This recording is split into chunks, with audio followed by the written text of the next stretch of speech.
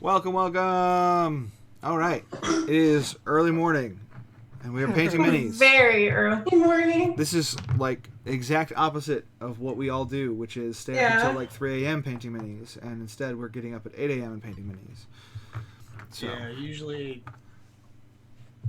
I paint at 7 o'clock at night, not That's when I 7 start o'clock. too. We're like painting siblings. Yeah. I'm posting some things real quick.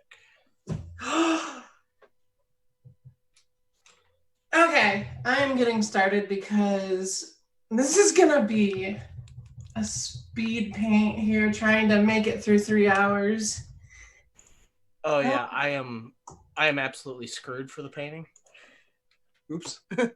Yeah, I chose a mini that arguably I shouldn't have, but here we are. You can do it. I have faith in you. Get it I done. think that something will be painted by the end of this. More than likely me. I always paint myself while I'm painting. I feel like that's just a natural.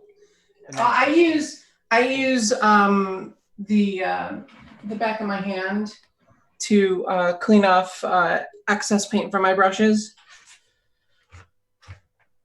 I don't know why. I can't explain that why to you because it's just something that I've always done. a lot of people do, and I always like looking at my hand afterwards because sometimes I'm like, that's interesting. And one time I actually decided to walk up and scare my wife.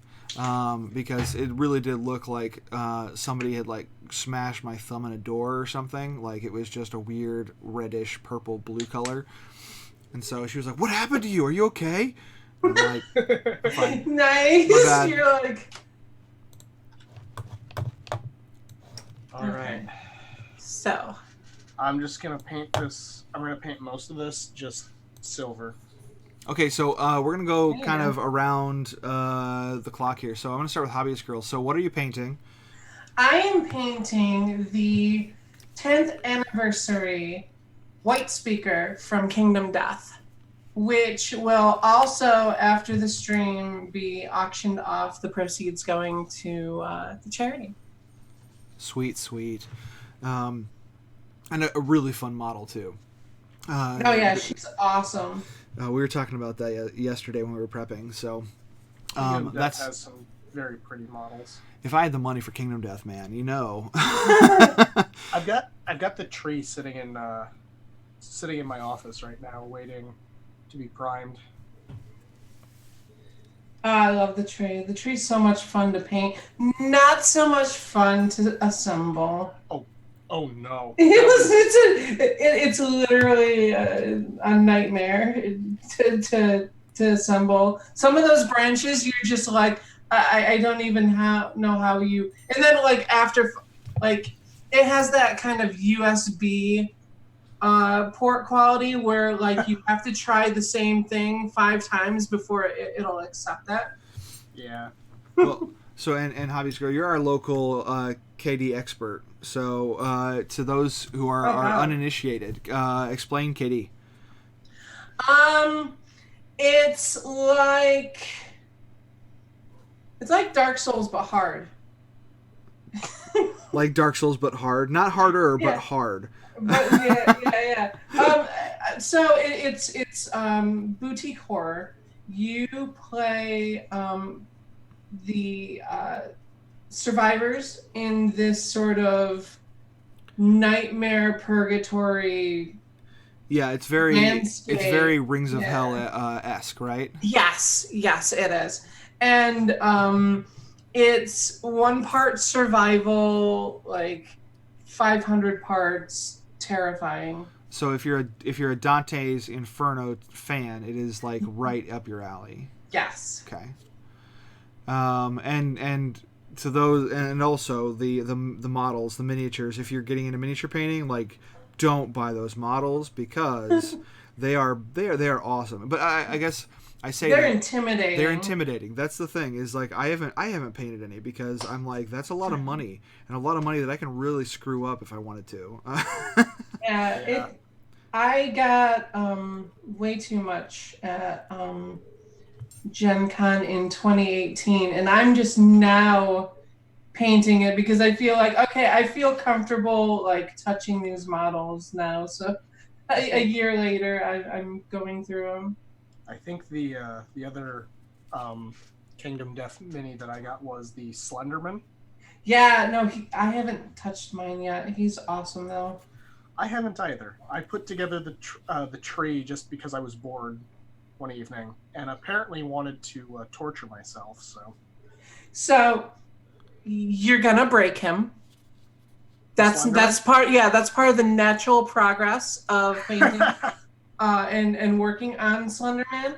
Is you will most likely the little, I don't know if they're like shadow tendrils or whatever, but I've broken two of those. That was sort of my rite of passage on that one.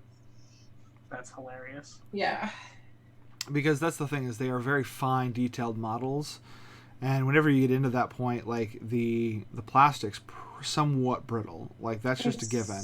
It's just so spindly. Yeah. But yeah, really, really cool, really detailed models. And just also another caveat: if you are not again initiated into Kingdom Death, don't look it up at work. That's a really, really bad idea. It's a good way to talk to your boss in HR for a little while. But yeah, they're really fun models and really good detail. So Nightmare, what are you painting for us? So I am painting the Clockwork Dragon from the, I believe it's from WizKids. Yeah, WizKids Pathfinder. I don't know Deep Cuts. Deep Cuts. Yeah, that's the lineup they're using.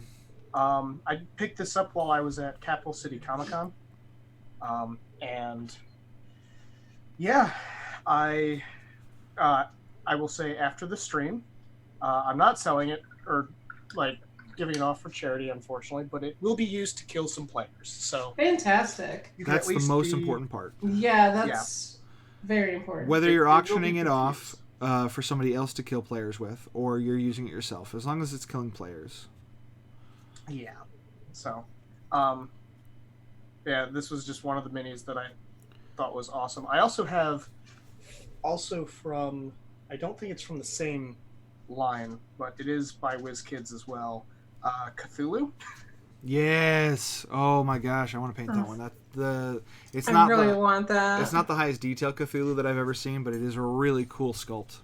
I mean, you can usually find better quality than WizKids if you look hard enough. But they've got some really good artists that are doing their stuff right now. And that's all. I mean, that's almost as important, is that you find art that's interesting to you. That's one of the reasons I'm painting my guy, is because it was right inside of my aesthetic wheelhouse. Yeah. The only reason I actually decided to paint the Steam Dragon for today is because it is all metal, for the most part. Yeah. So from a speed paint perspective. And metal is something I have a lot of experience with at this point. But also bone. I do a lot of bone. I could not paint what Hobbyist Girl is painting. There's way too much flesh. Yeah, too much flesh. I'm working through that problem right now with Gortrick, whatever. I can never say his name right because it's classic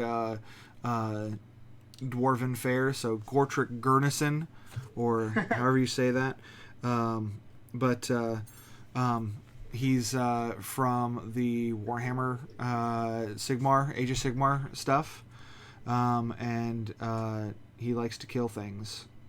I think Skagen is what he likes to kill the most. Is if I remember my lore correctly.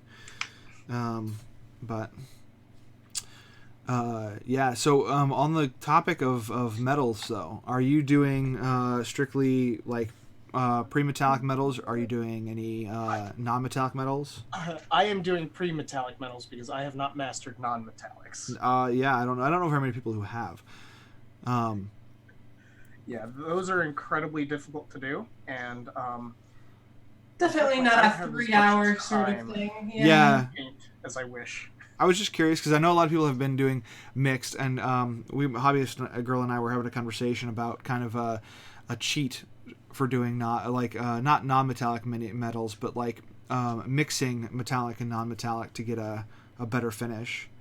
Yeah. Yeah, that's typically what I do. I'll usually use a combination of metals for highlights. Usually, depending on it, I'll do a metal and then I will do a complete wash of the metal and then go back with the same metal and do highlights. Yep. Do you have a specific wash that you use on like different types of metallics?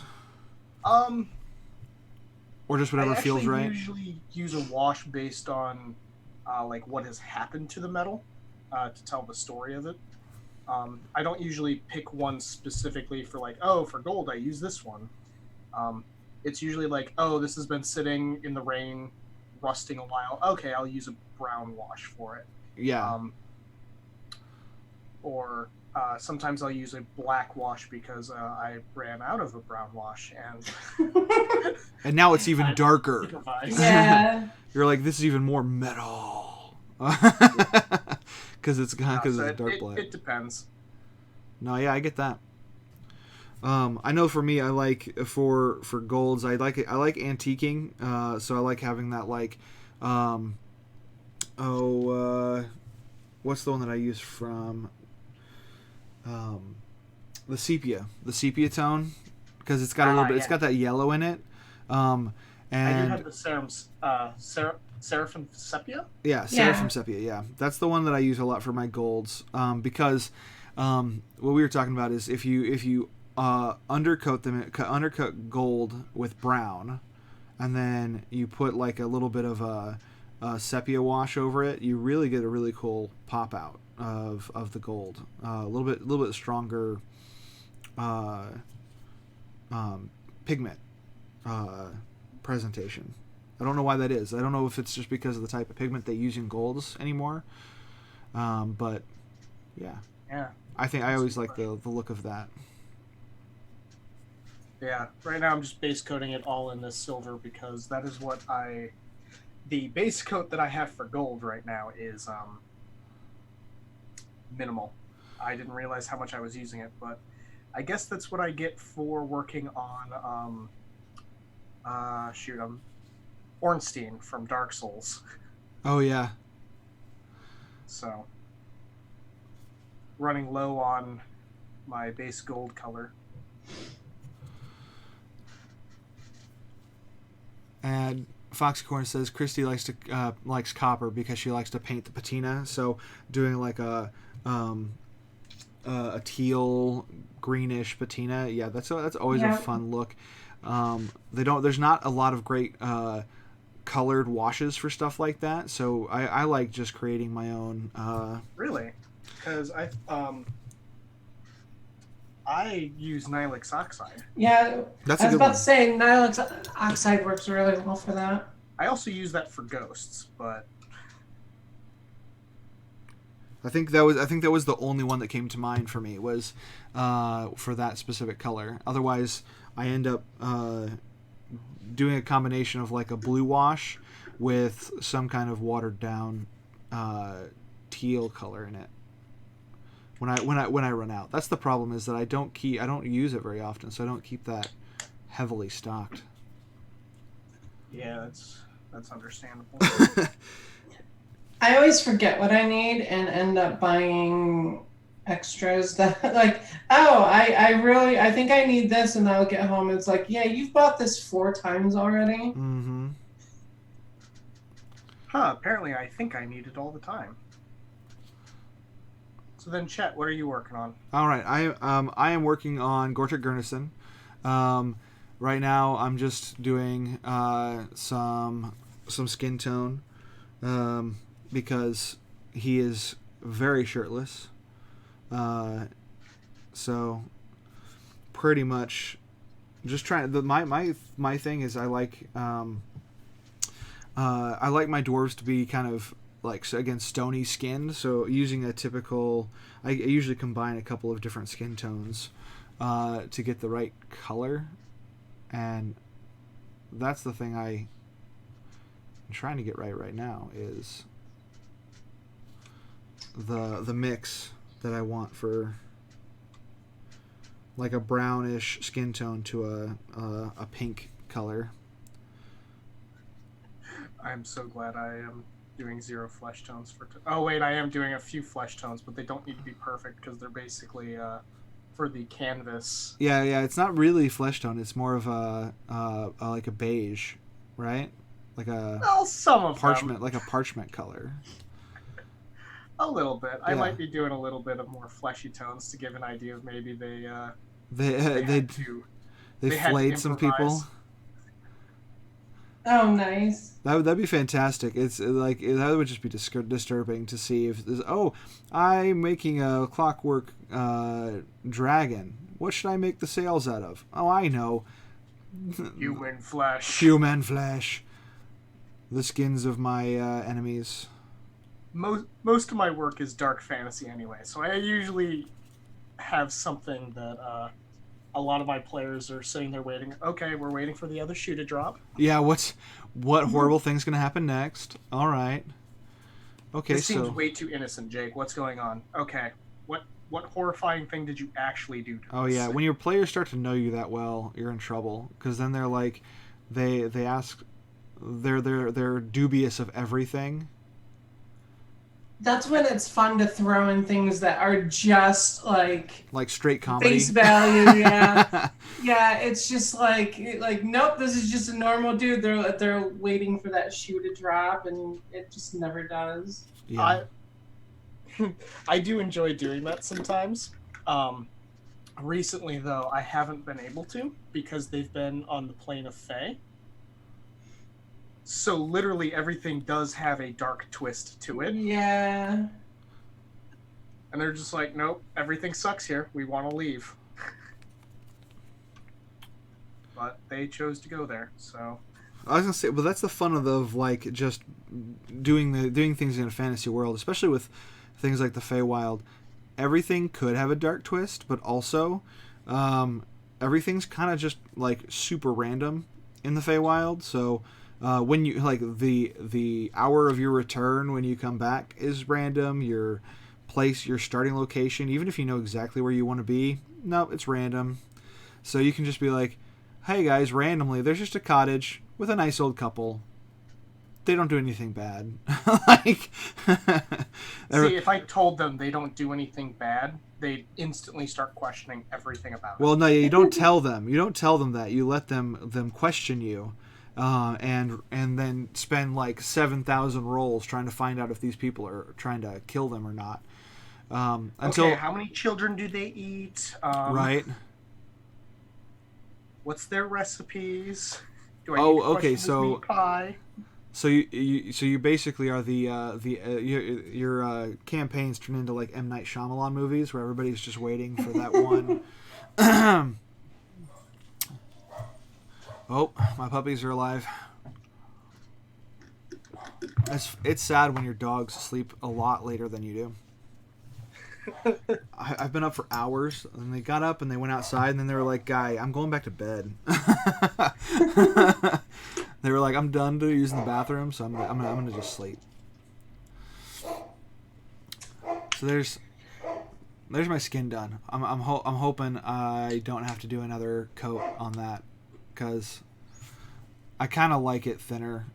He's a little dirty, you know. Oh yeah. Okay. Next, I have to figure out what shade of orange his beard is. The hardest thing about this mini is honestly the base coat.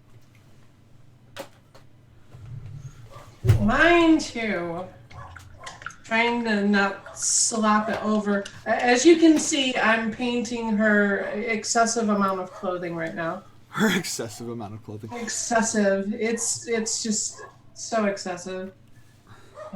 For KD, it sure is. I mean, when you think about some of the other posts you've made recently, it definitely. I don't know what you're talking about. I know. My Twitter is very, very safe for work. Completely wholesome. Yeah. Wholesome family fun. Can I check for poison? Yeah, Joy, you can always check for poison. But You yeah, just won't always find it. right. You think it's safe, especially when somebody gets a natural 20 and you say you're pretty sure it's safe, and then just that little bit of pretty sure, like scares them even further. That's when you know you've done it right. The meat pie is perfectly safe. It has no poison. What you didn't account for is the contact poison on the spoon. You looked in the wrong place. Yeah, the last session we had for D&D, oh boy, there were some puzzles that a few of them were struggling with. Yeah. Because funny enough, they are trying to break into a bank on the plane of the Fae. Nothing like a good old wait. bank robbery. Yeah, I was gonna say so this is like First National Trust of the Fae. I feel like that would have gone really poorly. I don't think there is any trust within the Fae. So they're all like, "I'll give you my money, but I'll mess with you." This largely comes down to the way I run fairies. Yeah. They're very Dresden Filesy. I was about to say, that's fair. They're more about the law of word. Mm-hmm. So they're more impish. They're more like in 5e. That's really the law of land for like the demons, right? Is very make a deal sort of thing. Yes, I do that very much with the Fae because I really enjoy that, especially when I read the Dresden Files. I super enjoyed that aspect of them. So I wanted to encapsulate that and just show how horrifying they can be by you saying the wrong thing or accepting gifts from them without, asking what's the cost. Oh yeah. Here, take this. It'll be better. You'll be better off with it. Oh, you owe me. What? Yeah, I gave you a gift. Yep. You're now in my debt.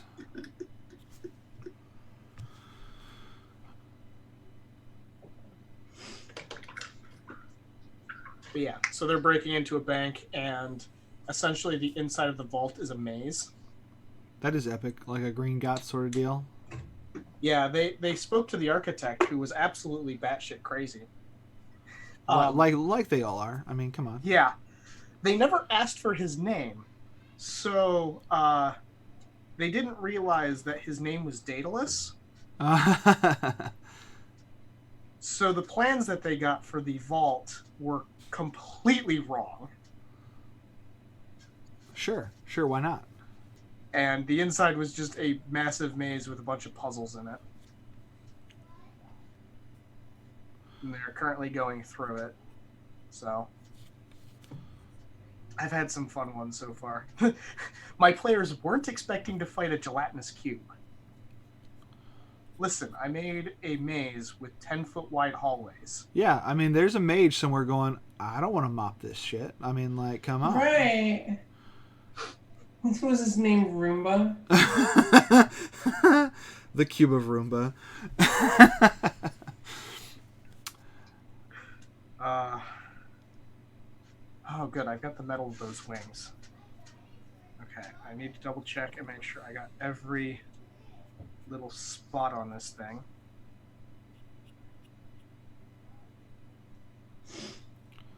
Yeah, I think you were right, Chet. I think this does look a little bit oily.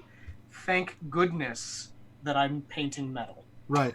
So let's talk about that. So we are all doing something slightly different as far as our basing techniques or our priming techniques. So Hobbyist Girl, you like to do white as your priming coat. Yes. So tell me a little bit about what your what makes you a dedicated white primer. Well, I wouldn't call it dedicated. Basically, what I've been painting recently, which is a lot of Kingdom Death character minis, I do just because I feel a white primer brings out a more vibrant color. Yeah, which it absolutely does. Which is really my goal for these. Like, I really want for a game that is set in like, you know, total darkness except for the lamps that they carry. I really go for like vibrant colors on these. Well, and I was the other side of note to that is that, like we were talking earlier, there's a lot of flesh tone that you have to deal with. So yeah. when that's the case, white is so much better because the amount of coverage you need. You can get a nice opaque layer over white without a ton of paint.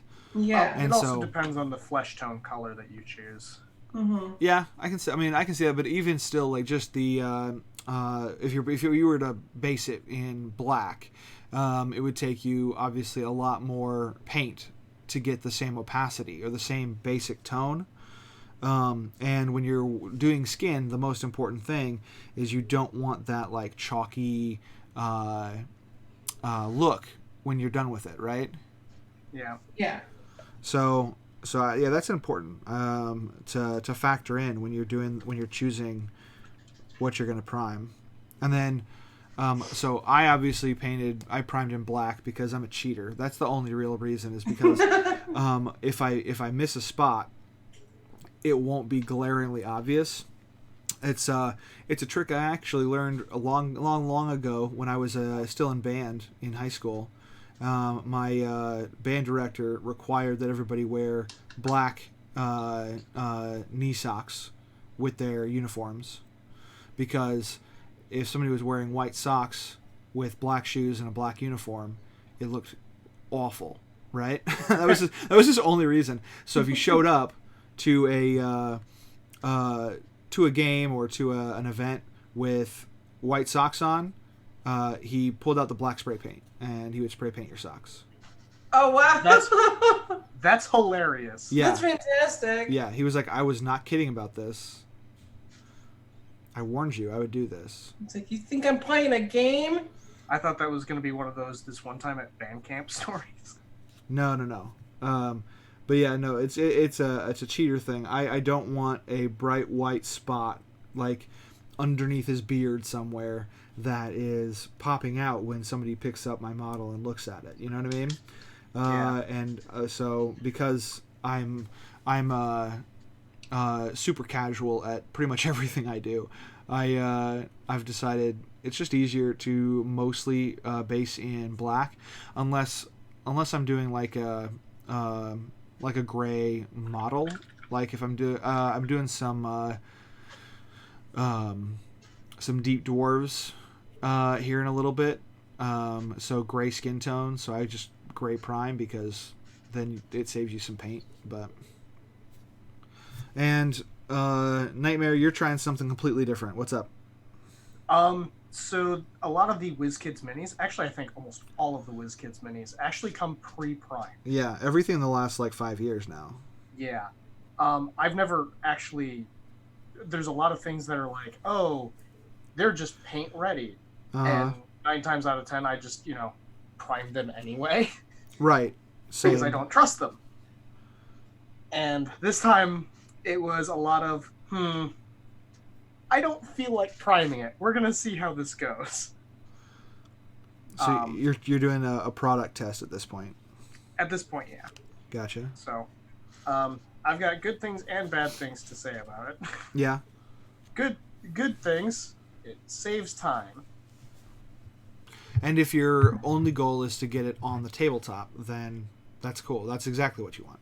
Yeah. Which I will be honest is a lot of the stuff that I started off painting was crap. I just wanted to get on the table, and so like I'll bring out some of my shame from when I was first starting. My black dragon, venom dragon thing from Descent into Darkness that one of the first I had all these minis and I was like, I'll try this because I've never painted before, and that super shiny disgusting look, that's because of the plastic. This is awful plastic, and you can tell because I've even put him in hot water and tried to flatten the base, and it would not flatten. It will not stay flat. So there is a significant amount of flex. Like I can literally just bend his whole base, which again I can't do that with any other like 1-inch base that I've ever bought. So they're not the best quality models, but if you prime them appropriately, they can look really good. Yeah. But yeah, that was how I got actually like started painting, is because I was like, I don't have any money to waste at this point, so I just bought the color I needed for the specific group of baddies that I felt like painting at that point, and then just went at it. And then of course I caught the bug, and now I have a whole pile of unassembled. Well, actually, no. I have the unassembled, the assembled, the pre-primed junk that needs primed.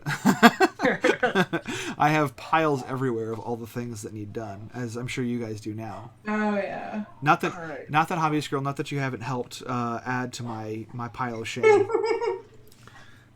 Because I'm really excited about the stuff that you sent me, but I have no idea how that's ever going to be cleared a lot off from my plate. Yeah. What's funny is I was talking recently with a guy who goes to my diner, like one of my favorite places to go for lunch, that's close to my house, and he is a classic like historic war games miniature guy. Yeah. And he said he has a bunch of the tubs that you get from like Walmart. He has about 6 tubs, he said, of unpainted lead and die cast.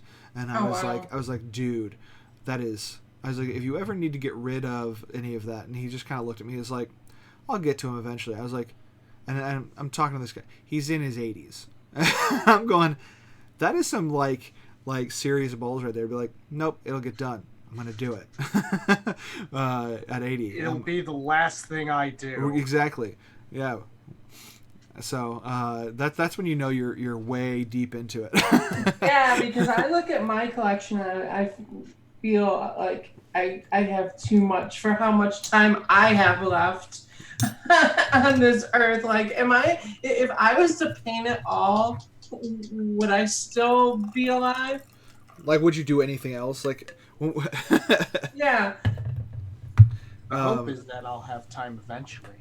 Right, exactly. Someday I might retire and have time to paint. Retiring is the only way I will get through all of my minis, and even then. Well, that's like kind of I've been adding to my issues of I've been going to one of the local shops here that does game rental, right? And saying, hey, do you want me to paint some of that stuff? Because I would love to paint. And if you pay me to paint your stuff, then that will give me time to also then paint my stuff.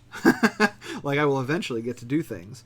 So, yeah, finding time to hobby is so hard sometimes. It doesn't help when you end up picking, like, 3 other hobbies on top of that, so... Yeah. Which is my problem. Mine too. I mean, I do woodwork and leatherwork and like games and I'm a dungeon master, and I like making terrain to go with my minis. So, yeah, I have a problem. Let's see.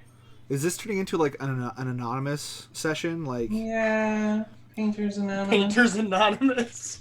Yeah, hobbyist anonymous.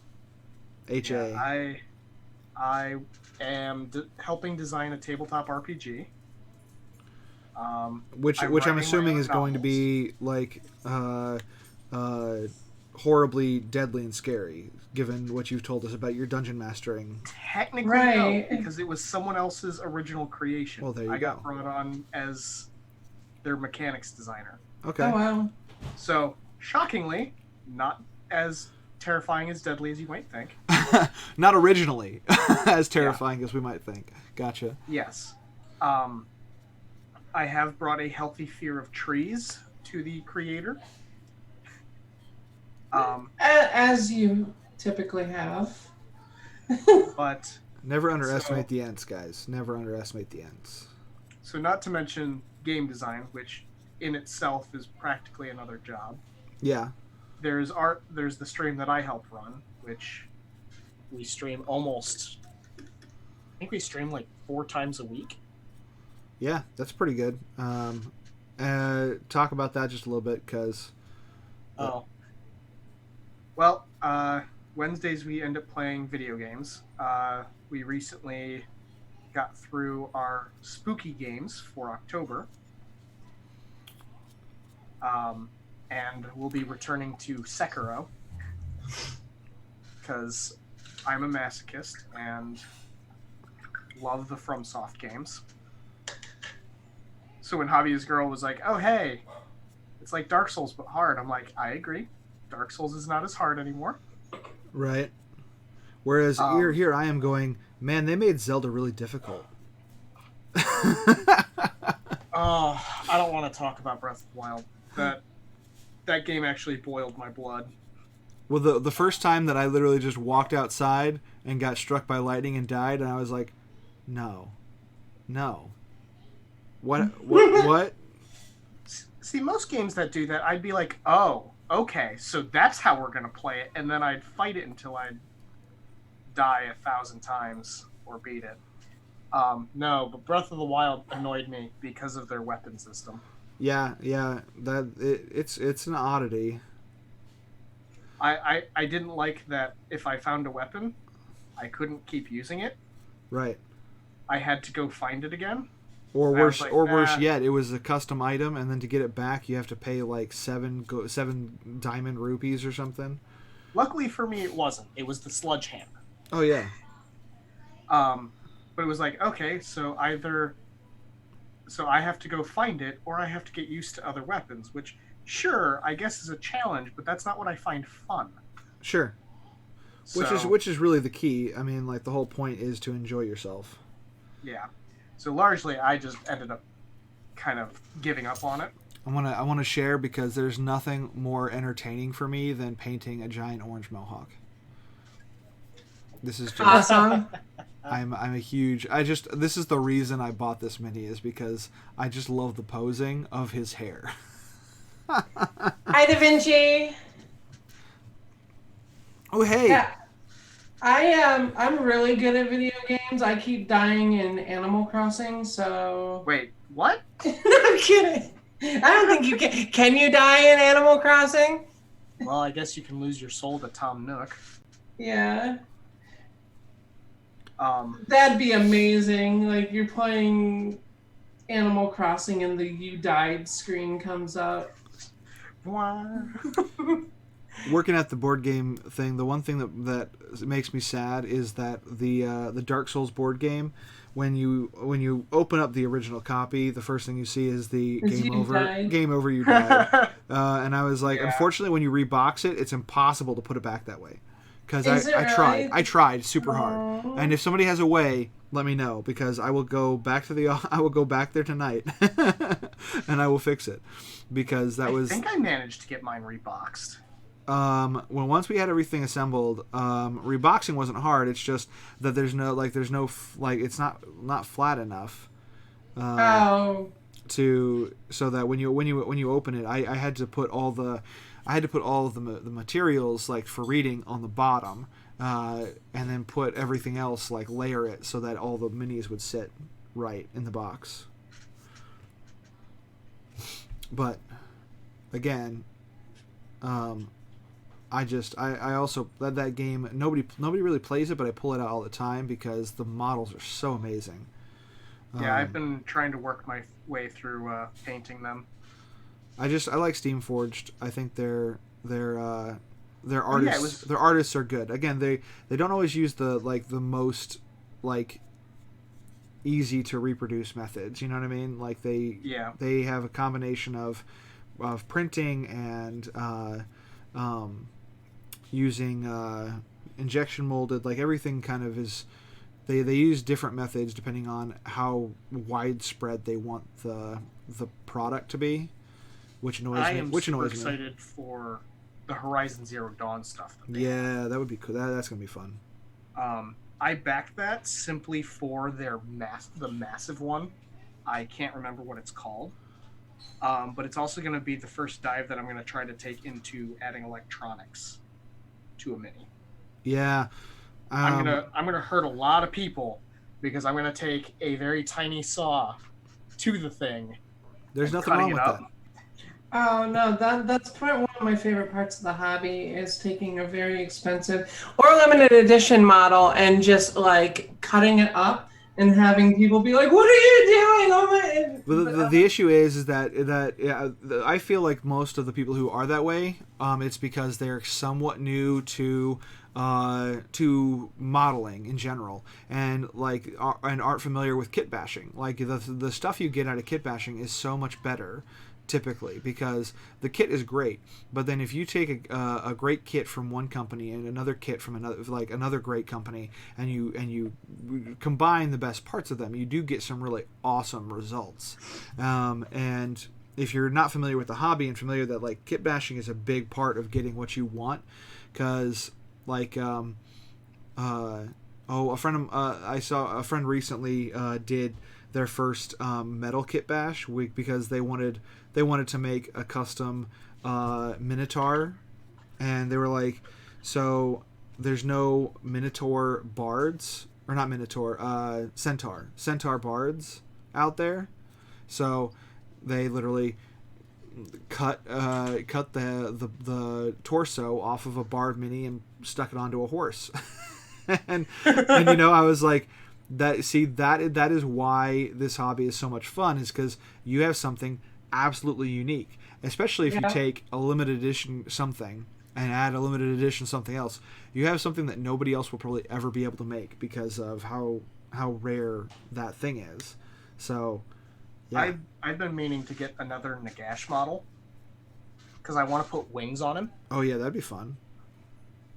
What size of wings are you wanting? Like, are you gonna pull like dragon wings or I want to get skeletal wings. Skeletal, yeah. That's what I was thinking. I was like, do you want to do like an which undead? Which means I will probably have to get the vampire dragon again.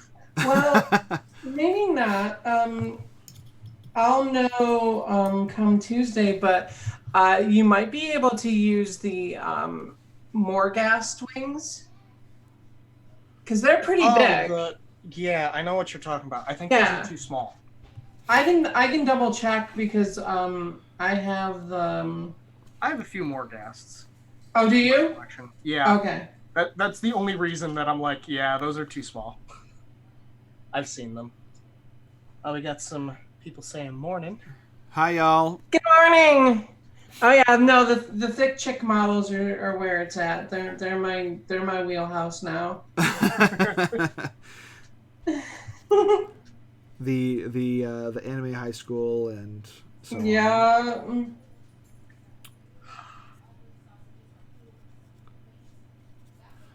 I'm in the middle of painting the base coat for my brass. Because I'm doing all of like some of the internal mechanics in brass. I'm going to be doing like the armor plating as gold, and then like the internal like structures. I'm going to be doing as I'm going to be keeping silver. I wanted some variety in the metal types. Yeah, that's pretty key if you're going to get something dynamic, is just color choice. That's the thing. When I talk on my personal stream, and when I talk to friends who are like, I wanted to learn how to paint, but I just don't know what to do, and I'm scared I'm going to mess it up. I'm like, so here's the deal. As long as you don't put like hobby store paint, like just like straight on the model, you don't just like go like this, you're pretty much going to be okay. Because if you don't like the color choice, you can always strip your model if you really don't like what you're doing. But like, if you're... Don't strip it too many times, though, because... Right. But my thought was, like, as long as your colors are something you're happy with, that's all that matters, right? Is that you've got the right color choice. And that's, I think, the thing that people may have the most struggles with is just, how do I choose a color? And my key is like, don't just choose one.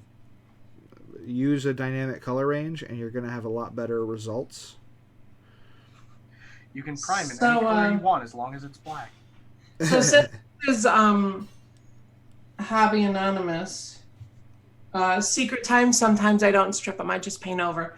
Shh. Yeah, absolutely. I'm a horrible person. Don't follow me by example. Legitimately, there are plenty of like great shortcuts that people should and will take. Crazy. There's nothing wrong with painting over, because the only, I mean, if you're using appropriately thinned paints, that's the other thing that I think, if I'm getting like into super judgmental space, I'll say, is that when I look at people's paints and I say meh, it's usually because the paint wasn't thin enough, because I think that's the hardest thing to get right. So paint and just keep doing it. And like, since we are doing Painters Anonymous, I have plenty of shame models like this one that are my key to say, you know what, everybody sucks a little bit at the beginning, and you get better. You just keep doing it. If you stop and say, I didn't like that, so I'm just done, that's when you don't progress. If you don't just do it and start practicing a little bit, you're not going to progress. I've got some Skellymen that I am less than happy with. Yeah. I was born perfect, so I can. Well, we know. No, not at all. It's definitely a process. See, the entire point, I believe, at this point of my stream is it's just a series of videos of me messing up. Oh yeah. I mean, there's nothing wrong with messing up either, because you get interesting results. It's also why people watch me play Dark Souls and all of the FromSoft games, because they like watching me get my butt kicked. My whole painting process is just a series of mess ups. But you make you mess up this much, and then you go back over, and it's only messed up this much, and then you go back over, and you refine your mess ups. What matters is you don't mess up in the same place more than once. Right. You got to get it right at least once. Right, and like the thing that I usually suggest when I get into talking about what you should be doing, right? If like positive things that absolutely you should be doing, thinning paints, using whatever you can use whatever you've got. Just make sure that you water it down a little bit. But then also, if you make a small touch of your paintbrush to an area you didn't want to paint, that's fine. You will paint over it. Like, that's fine. You're gonna go back and you're gonna do touch-ups. Yep, just like I just did. Right. I mean, it's not even a question in my mind. I know that I was gonna, like, I painted his head first and all of the skin tone because I knew that I was gonna have to do it again, because I'm gonna get orange on it for sure, and I did. And I'm probably gonna get some silver on it, right, or steel color that I'm gonna do right now, because it's going to happen. And yeah, that's just how it works. Yeah, sometimes I could tell Da Vinci. I could tell Kindred Souls. Like, perfect. Perfect knows perfect. I will say that there are times that I've been working on a mini that the order that I do things, it's because I plan on messing up on an area. Yep. Yeah. Faces are the area that I have to plan the most because of that. Or you can be like me and just cheat and go, well, it's going to go on a table, so I don't care. Like, faces... I mean, that is always a valid option, too. Like, for me, faces have to be... I need to see... The sculpt has to have enough detail for a face. If they, leave a lot of room where they make it really difficult, like, to see that there's even an eye socket in there, no, I'm not going to worry about it. Because, they like, the amount of texture, like in the nose and face, like this guy has a very clear, like, facial features, which I love.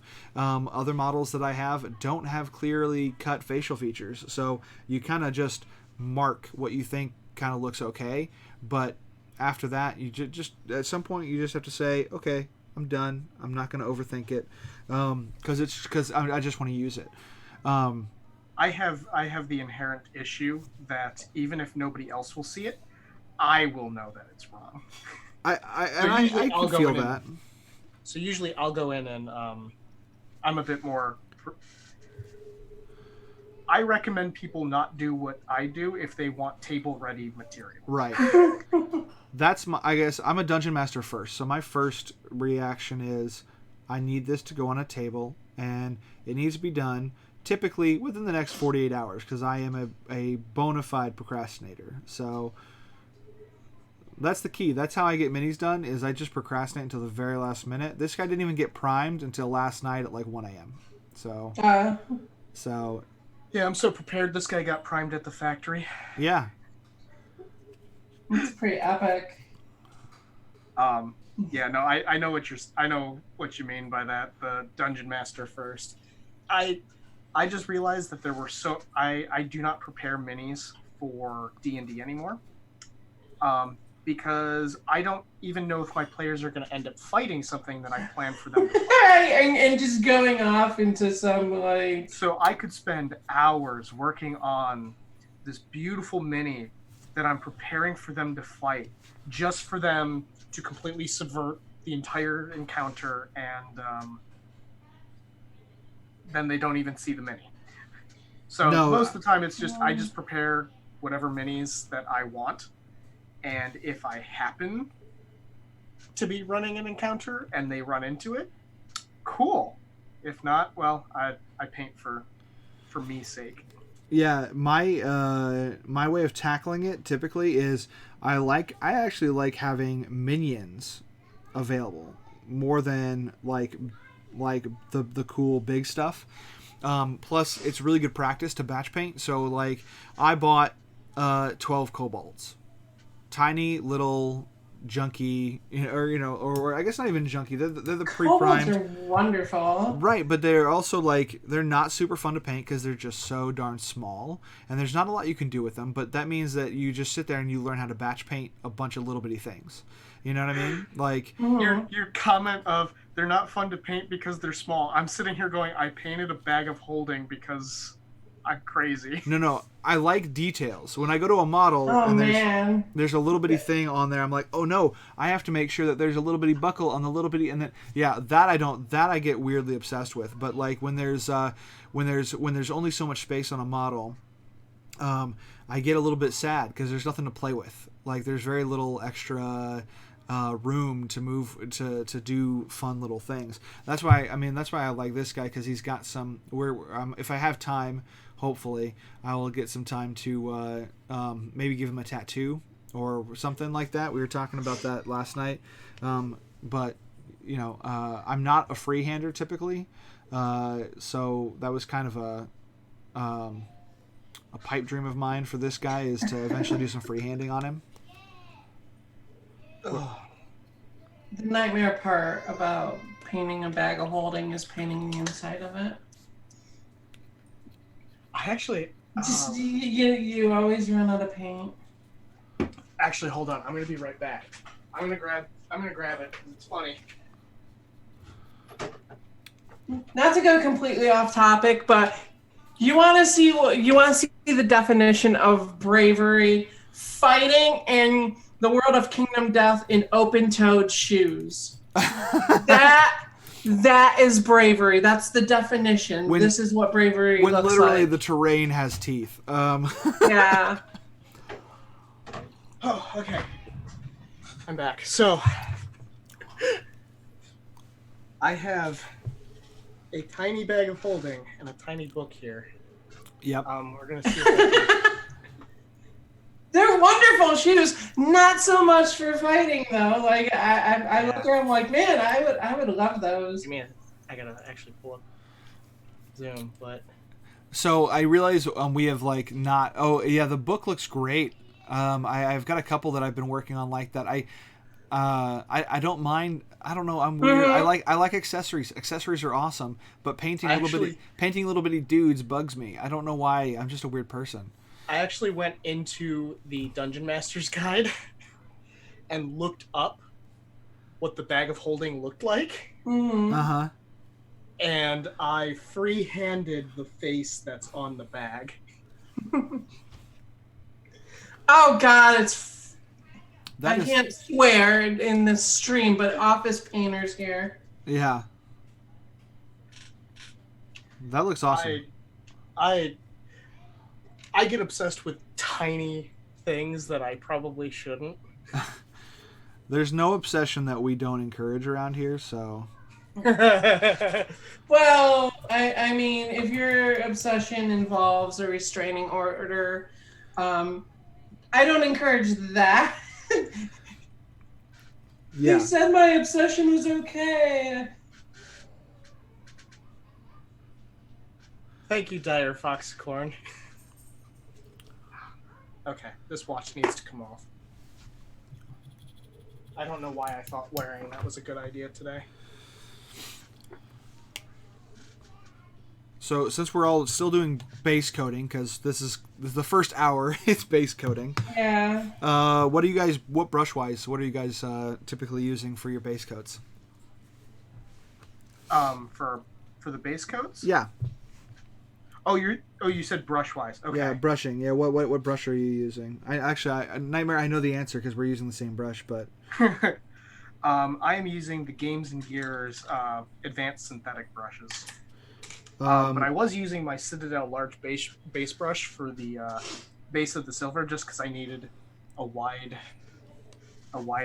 stroke. Yeah. Just to get as much coverage as possible. But I'm using the number 1 just because it's larger. Yep. That is also what I'm using, the number 1 on my Games and Gears, which you introduced me to and I have been obsessed with. Good. The only thing I had a problem with was some of the Gen Con official stuff that came out. I had problems with some of them sealing, like the actual the handle would fall off as I was painting. Oh yeah. Oh, wow. I only have one that does that, and it's my. Well, I reached out and they sent me a brand new one immediately. They were like, They're like, no, that's not a problem. We know that was a problem with some of the custom ones that we did. I don't know what the difference was, but some of the Gen Con official ones were like that. So they sent me out just a replacement 000, as well as a replacement Wakizashi. So that was really cool. Oh, I might need to reach out to them then. Yeah, those happen to be the exact ones that I'm having a problem with. Yeah, I think that was the just like a fault in those specific ones, and they sent me one from Australia, and it's been working great. So. May have just been a factory thing. You gotta love good customer service. Yeah, I just contacted them on Facebook, and they were like, "Send us your address, and we will send you a new one. No questions asked." Oh, that might be a problem for me. Well, I don't know how else to reach them, but Facebook was how I got a hold of them. I was gonna say because I don't have Facebook. I'm sure they have a website. Or they have a website. My issue with their website was just that there weren't a lot of contact points. And I didn't see them on Twitter either, which was again odd. But they're Australian. We let things go. I'm currently using a number 2 Raphael 8408 brush. It's pretty beat up, so it used to be one of my detail brushes, and now it's a basing brush. No, yeah. Eventually, it turns into a dry brush, a micro dry brush. I have several old base brushes that are dry brushes now. Pretty much all of my my Citadel detail brushes that I got long ago are now like little dry brushes or like little applique brushes where I put like tiny like some of the detailed stuff that I like has glue or other things that I don't want on my standard brushes. So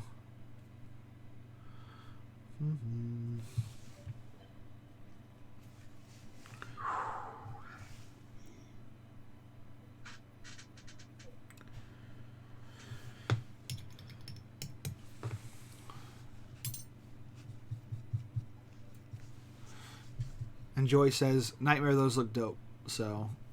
Yeah. The book and. I caught that a little bit earlier. Cool. I thought I said something, but. No, my brain is just catching up to chat, so. It's a common occurrence for me.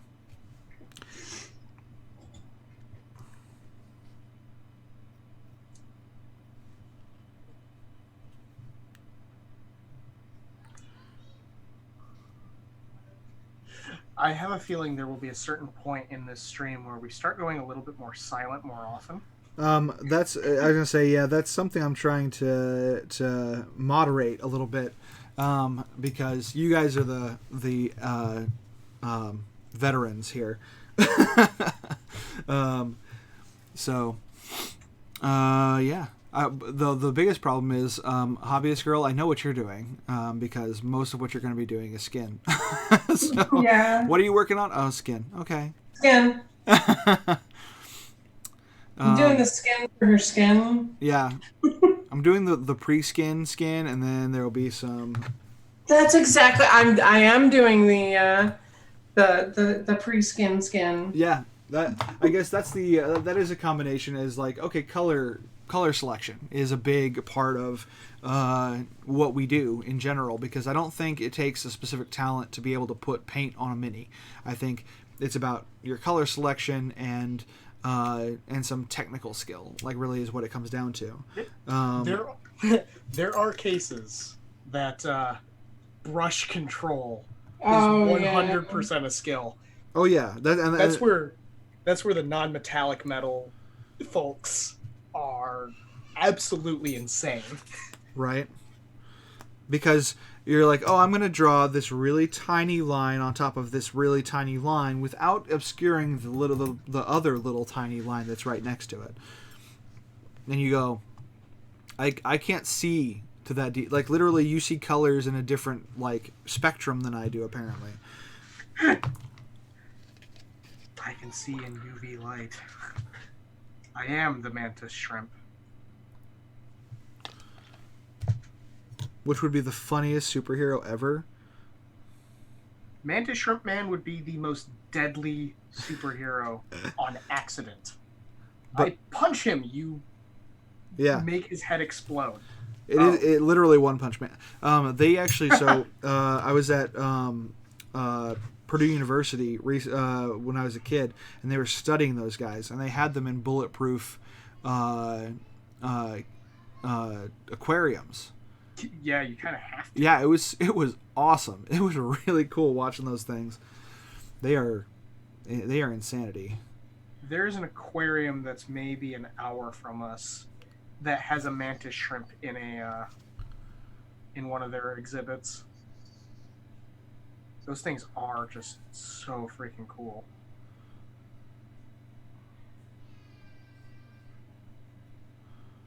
All right. So, we were talking color selection. Sorry, I got distracted. For doing skin tone, how many colors are you using? For me? Yeah. Just 3. Just 3? Yeah. Well, technically 4. So, to start, I mixed a little secret weapon ruby into my rosy flesh, just basically in the deeper shadow areas, and I'll probably add a little more for a shade later on, just to kind of get a deeper shade in those. Then right now what I'm doing is going back over the entire model, basing it with rosy flesh, and then my highlights are both pale flesh and light flesh from Polygon. That's my anime skin tone I do on most of my my thick Kingdom Death chicks. Nothing like the thick girls, but yeah. When you're doing your application, is there like a ratio that you like when you go from your base skin tone to your next lighter shade, is there like a coverage you expect? Like, is it like a how much of your base coat is left like untouched, or is it completely covered? Quite a bit of it's left untouched actually. Typically what I'll do is I get a solid base coat, and then when I do pale flush, I'm really touching the areas where the light hits. So the top of this thigh, for example, we'll get it. The tops of her feet, areas that the light would hit. And then once that's done, I'll make a wash of rosy flesh and put that all over the entire thing. Then go back over with pale flesh. It's kind of like taking things back and forth to get the blend proper. Yeah. The hardest part in general is blending. Whatever you're doing is mixing the colors so they don't look mixed. So they don't look like one color and then a line and then another color. Yeah. But I typically, my paints are so thin that like I'm pretty much like watercolor painting. So it's very thin glaze layers to get that transition. So the key to making thick girls is thin glaze. But that's just my paint style in general. Like I've just always kind of glazed. I'm not really a wet blender. So that I not only do I do it on these, I pretty much do it on everything. This rib cage underneath of this dragon is driving me crazy right now. Because it's so hard to get to. This is why you don't assemble your minis ahead of time. Well, yes and no. If you are gonna, like for me, I do a lot of my stuff all assembled because I should rephrase what I meant. Don't fully assemble minis all the time. No, you're right. But my issue is I'm a weird visual person. So like this guy I probably could have left his beard and his head off and gotten all of the right colors in there without without any of the extra effort that I'm taking right now to not touch things. And it probably would look better. There would probably be fewer gaps or areas where there's an issue. But Joy's got it. You won't know how it looks. Like for me, before I pick my color palette, I spend some time just looking at the mini and okay, how do I want this to look when I'm done? And I can't see it when it's not assembled. Other people can. I mean, I've seen guys who can do like they paint everything right off right on the sprue before they cut it. Ooh, that's intense. Yeah, right. King Stephen Games, welcome to Thread Raiders. We appreciate you being here. You're awesome. Sorry, I had to shout that out. Nope, absolutely. I am one of those people who I can't quite look at it on the sprue and be like, okay, that's how it is. But a majority of the stuff I do need to have unassembled. Mm-hmm. Because usually I know the limits of what I can do with the brush.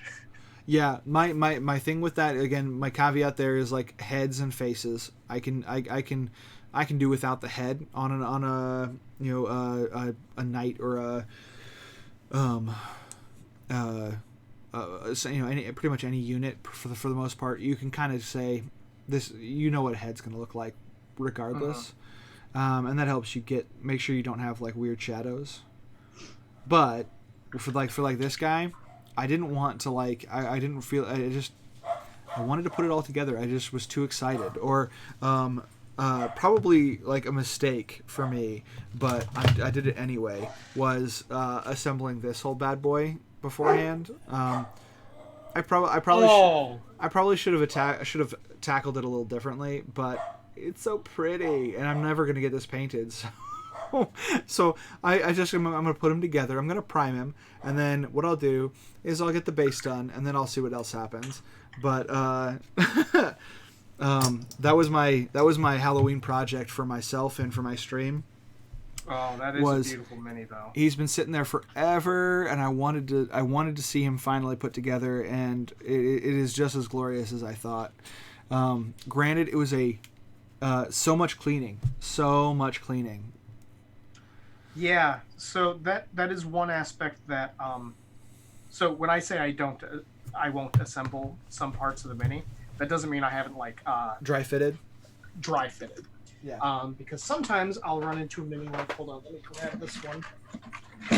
You guys remember the Matt Colville minis? Yeah. The gem dragons. So I have one of the dragons here. I can't remember which one this is. I think this is the. It's not topaz. I think this one's emerald. But right under here, under this wing, that is all green stuff because that was just a massive gap. Yep. This whole line of minis had a lot of gaps to it, and I was kind of disappointed by it. So those minis I had to fully assemble. Yeah, that is always problematic. But yeah, that's I guess a good tip if you are getting into the point where you're like doing a lot of mini assembly. Is if it requires more than an hour's worth of cleanup, or more than half an hour even of cleanup, dry fit it, and then if there's a significant gap, put it together because you're gonna have to putty it up, and you don't want to like have to go through and do like paint on primer. It's much easier if you do one coat of primer for the whole model, if that happens. I found that to be an issue for me, so that would be a novice thing that I figured out the wrong way, is putting something together and then you've got this giant gap and you go, what do I do next? One of my cats is just kind of pawing at my door right now, and I've had a dog doing that a bit lately. How did you get in? The door was... What the... Sorry. That is the correct answer. The cat got in. No idea how. It became mist. Hey, no. Just went through the door. No, this isn't petting time. I'm painting. Why? That is a. Whenever I'm working. I was gonna say that is a pet requirement. Is as soon as you start a painting, is to then bug you for. I want to go outside. I want pets. I want cuddles. No. Or in this one's case, I want food. Uh-huh. All right, so I'm gonna get under his neck here because I've got to.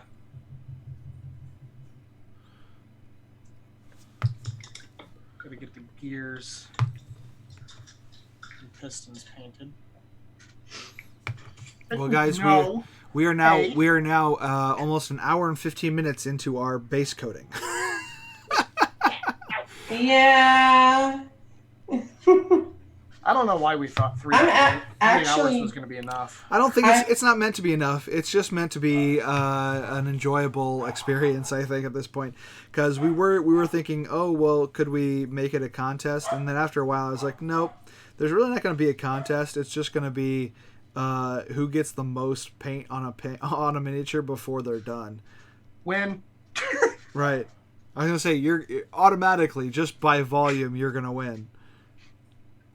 Yeah, that would have been a cheap win. Sometimes you take what you can get. Hey, no. The answer is no. Go bother mom. Yes, I know she's asleep. That doesn't matter. I was gonna say that's never stopped any of my animals. If I'm asleep. Alright, I think I got the base coat for that color done. I was about to be surprised. I was like, your base coat is done? I have like a third of the size of a model, and my base coat is nowhere near done. Well, so I'm going to be doing all of the metals, and then I'm pretty much going to be ignoring the actual wings until I get the metal done. Yeah. That sounds right. But no. Hold on.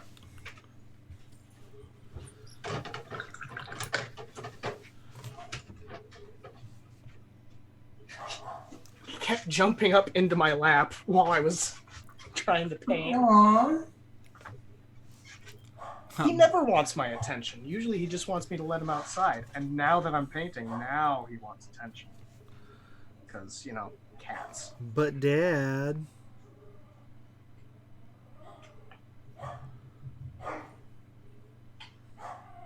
Alright, I feel like I need to do...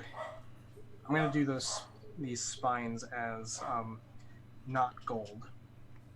I'm going to keep those silver. But I think at this point I need to... Oh, I need to touch up with the silver. Because there's a few spots that, unfortunately, the bronze got in the way of. Because these ribs are not the kind I like. The ones with barbecue? Yeah. Yeah. Now I want some barbecue ribs. Give my baby back, baby back, baby back. Okay. Chili's. Baby back ribs.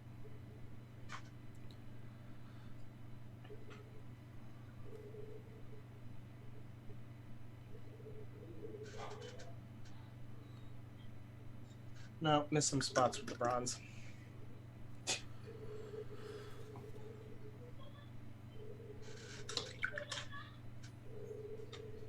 That is always how the base coating goes with these larger minis for me. That's how base coating in general goes for me, is that once I start another color, and especially when there's like relief, you've got a whole section that's raised above another section, you try not to touch or get too close, and then you're like, nope, I missed a spot. There's a big gap there. So Yep. that's again why wet palettes are super handy, is you just go back, you grab what you missed, and you put it on where it needs to go. I can't go back from using wet palettes. Like, I gotta use it now. There's no alternative. You want to take a minute to talk about wet palettes? Oh, yes, that will probably be good. Preach.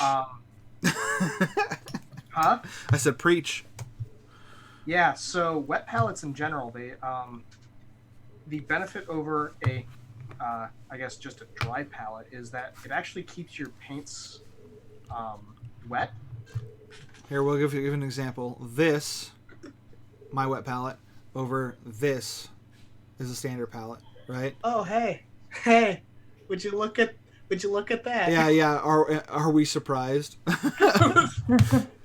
Oh, what is that brand called again? Stay Wet? Stay Wet, yeah. Yeah. I think you can get it at like a Michael's or Yeah. something. Stay Wet Handy Palette is what it's called. Is that what you have? Yeah. That's what well, Hobbyist Girl has a new one, a fancier one. Yeah. Yeah, I'm using the Everlast. This is the extra large studio from Redgrass Games. Redgrass, that's who it was. I was trying to remember their name recently. But I saw you got that and I was like, am jealous. Yeah, it's fantastic. But they're coming out, Redgrass is coming out with a new hobbyist version, right? Well, they have the painter, which I have. Yep. Which is this one here, which is all grimy because I was in the Kickstarter for it, and it's gotten lots and lots of use. Yeah. So we're talking about these wonderful wet palettes that we bought, but you can actually make your own with a sponge. Yeah. Sponge and parchment paper. Because I actually stopped buying the Stay Wet paper. pads. Yeah. It's the worst. It's the worst ever. I hate that paper so much. I agree. It stains so bad. It just doesn't like. I was like wax or a parchment paper, right? If you want, you can wash parchment paper and it will be clean. It'll actually be like decent, or you can just toss it because it's cheap. It doesn't matter what you do. But these ones, they're weird. They soak up so much paint. It's a bit of a waste.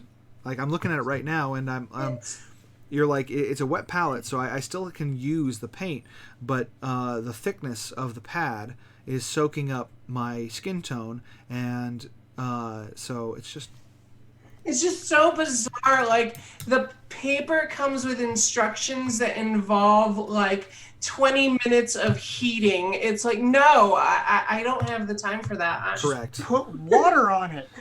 Right, exactly. So I definitely think that their palettes aren't bad, but their paper is not better than just getting cheap parchment paper and cutting it into squares and using the tiniest bit, because I don't use I don't use most of my parchment paper, you know, like and this is actually a stay wet piece, just because it comes with the palette. I had some and I was like, well, I'm just gonna toss that on there because I don't want to cut up any parchment paper right now. So I just cut a square off of the stay wet palette, because if you don't cut up your stay wet palette, you are going to waste it. Just done. It's going to be wasted because you. The other thing is with the stay wet, me personally, put some denatured alcohol or something of that nature in your palette, because they do not have anything to prevent mold. Ooh, yeah. So, just a heads up, because that is potentially dangerous and not fun, and can completely ruin a sponge that you've only used once. So, luckily, the cheapo version of the wet palette is a Tupperware container with a sponge and parchment paper. I even my first one was I didn't use a sponge. I used the cheapest paper towel I could find. Yeah, that's right. That's an even cheaper version. Yep. I went and found some super duper cheap paper towel, which I use now in my office on a regular basis. I have a roll of it hooked up to my desk now, because it actually for crafting purposes, the cheaper the paper towel, the better, because it doesn't have any quilting, it doesn't have any added anything to it. So I use it for making fake canvas when I do terrain building. So if I need a flag or something, I use. Oh, that's interesting. I use that because, and then what I do is I use that. I soak it in PVA glue and water, and then I'll hang it out. I'll just put it on a clothespin in my office and just let it hang and dry flat. That's clever. Or if you want it to dry with a wrinkle, you can actually just make a fold in it and then clip it, and now you have a wrinkled little flag deal. Or you can use it for pretty much any canvas knockoff that you want, and it has no texture, so it is a blank slate. You can then do whatever you want to it. I'll have to remember that for some more terrain building. Yay! I'm getting to the point where I'm really happy with my colors. I've got some metallics going on. I think I want to. What? I keep finding spots that I didn't add the bronze base coat. So I keep having to run around and. I keep saying bronze. And now I'm thinking I want some different colors. Ooh, hey, copper. That's what I want. I want copper. All right. I'm going to move on because this is crazy. I think when you're doing metallics, though, for me, I spend at least as much time shaking as I do painting. Oh. Yeah. Depends on the metallics. At least, I mean, every Citadel that I've ever used. I swapped over to scale 75. Hey, stop bragging, okay? No, it's not bragging. It's seriously, here, look at this. Not shaking. I know. No, I know. That's the brag, is that I love scale 75. You should shake your paint, so don't. That was just a demonstration. Don't do that. Yeah, currently shaking my arc. Don't try that at home. We're professionals. And it's really funny because I do see people who know how to mess up professionally. I do see people periodically who have the little tiny desktop paint shakers, and I was like, God, that would save me so much effort. But then I think about it's really not worth any money. Like I wouldn't pay money for that because God gave me 2 shakers that I'm fine with. So like I was born this way. I think I can manage. But then when I get into like this copper, it's annoying the hell out of me right now. Because man, your right hand is really strong. Oh my God. Why is that? Oh, I shake paints. Stop! This stream is too clean for the comments that I can't. Hey, like, you know what? I just have to keep my mouth shut the whole time. There's okay, innuendos are fine as long as we're No. yeah, just watch Disney movies. Yeah, I love that. Like you go back as an adult and you watch the old Disney stuff, and you're like, they definitely put in a lot of jokes that were just for our parents. Aladdin was chocked full of them, and I loved it. And now what's worse is I decided I don't like that color right for what I'm doing, so now I have to shake a new metal. This one's going to require several layers. I'm glad I chose this. Okay. I like this color better. I like this copper over the whatever I was using before. But it's still a little murky. Yeah, that's better.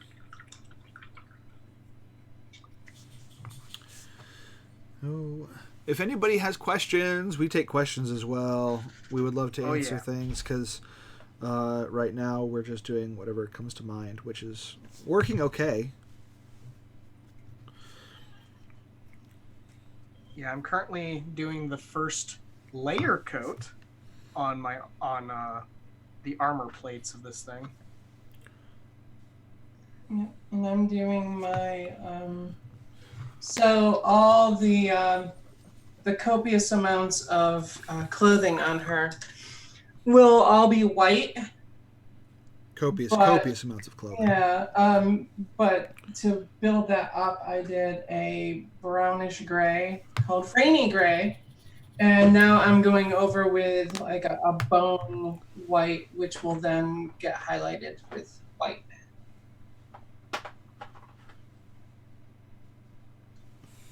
My steampunk dragon. I hate when you pick a color and you're like, man, I love how this looks, and you put it on a model and you're like, I can't even see this color.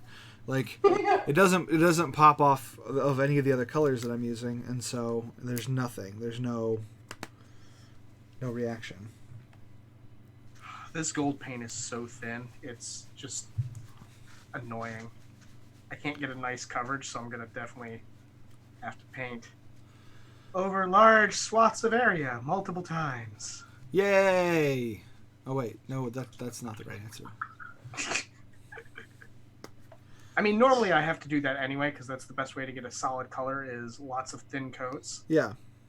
But when it's even more thin than you're used to, then it's like, Well, it's part of that is preparation. Like you prepare, like you have an expectation of what's going to take what amount of time, and then when it's not that way, I get super pissed. I'm like, no, I wanted you to be done. I don't want to be painting gold anymore, or brass, or metals. I want to be over metals. I'm tired of painting bone for 12 hours. Oh, then why'd you go with Skelly Boys? Because I'm an undead fanatic. Or as my friends call me, an unapologetic edgelord. The unapologetic edgelord. There's a lot of those. It's my aesthetic. I really like that stuff. But well, I mean, if you're an edgelord, like, the unapologetic part should be just written into your contract. Yeah. Yeah. I write dark fantasy, I do all that stuff, and I legitimately just love those themes more. Yeah, I'm a sci-fi nerd. I prefer like some horrible pseudoscience dribble over fantasy or anything. But my second love is horror, which is funny because I married a woman who can't watch any horror movies. She is completely afraid of everything. I love horror so much. When me and Katie started dating, we did this agreement where we'd watch each other's favorite movies, and we both came to the conclusion that we hated each other's movies. Hers was like what was it? It was like Silver Lining Playbook. Oh yeah. I like that movie. I absolutely hate romances. That's not a romance movie. That's a sports movie. That's a lie. It's a football and competitive dance movie. I thought it was mostly about depression, personally. Well, but yeah, there's a couple parts in that are about depression, so I can see how you would have made that mistake. Yeah. Yeah, and she absolutely didn't like watching Alien. Oh my gosh, that hurts me. I'm not sure. I've seen Alien. Oh, Sigourney Weaver in like in the best female protagonist role ever. Like, so, to put it lightly, it wasn't Silver Linings Playbook. It was something else we watched. I don't remember. I loved it. I liked it so much. I have no idea what its name was. Can I just say that I appreciate the real-time fact checking on this? Mean Girls. Oh, yep. That's what her favorite. How do you hate Mean Girls? I couldn't handle it. That's a classic. Oh God, I hated the drama. Oh, but it's fantastic. I should tell you, my nightmares, like the ones I wake up to sweating, are where I've done something absolutely horrible, like I've burned down a house full of innocent people, and then I have to go into a social situation and explain what I just did. It's the explaining what I just did that always causes me anxiety. So Mean Girls was just one of those, like, great, so this is my nightmare on infinite loop. So, yeah, I did not like Mean Girls. Yeah, I can't remember ever watching or rewatching Mean Girls. Like, I watched it, I'm pretty sure. I don't know if I finished it. So, I can't say that I'm any better on that front.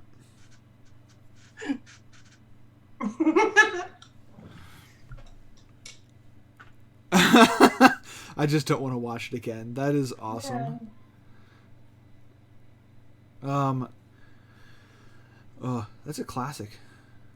Yeah, for a movie that was released in 1979, it has aged phenomenally. Oh yeah, the cinematography was just beautiful. The opening credit scenes were. Hey, look, things that came out in 1979 aren't old.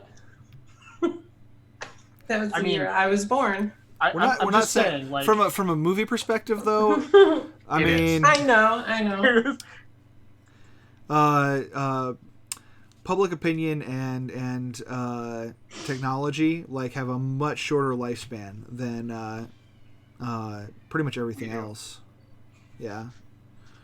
Because songs last forever, but the problem is like movies, like what was in the box office that like killed may not be around in 10 years. Like nobody's gonna care.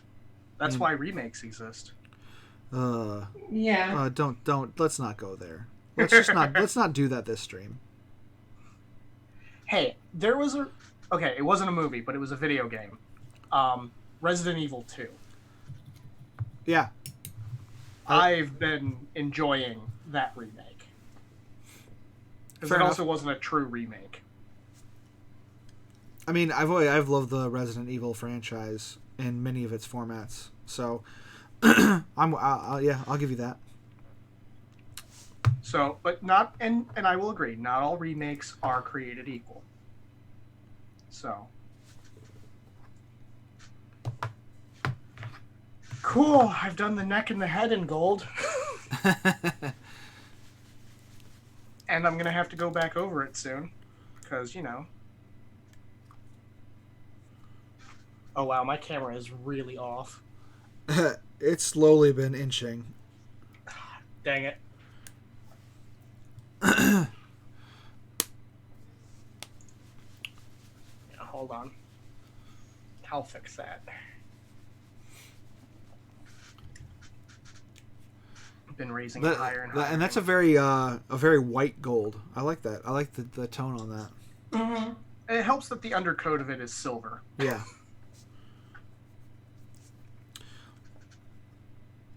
But then I'll mess it up some with a wash. But I gotta get several layers on it first.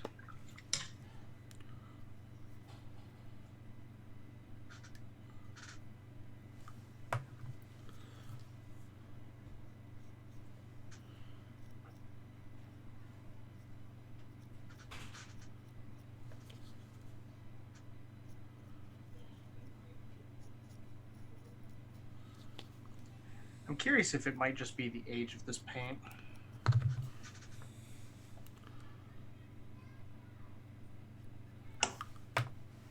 Which paint is it? What's the... This is the Auric Armor Gold from Citadel. No, it's not the age of it. That one's notoriously bad. Yep. Yeah.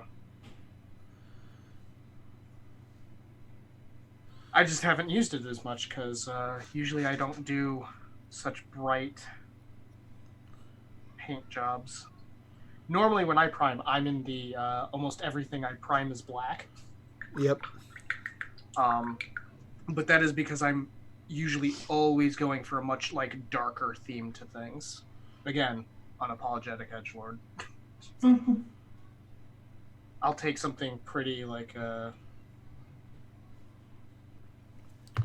I was about to say several things and realized, wait, most people think those are terrifying already. I'll take a spider. But no, like a horse. I'll just add some more gruesome details to it. Although it doesn't help that half of the horses I've painted are already bone.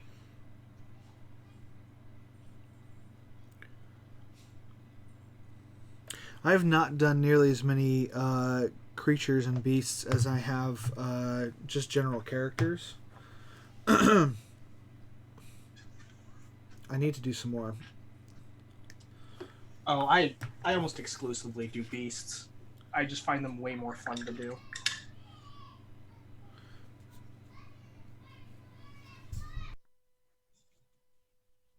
But I also, when I'm getting heroes and stuff, usually I'll go to Hero Forge and get the exact thing I want.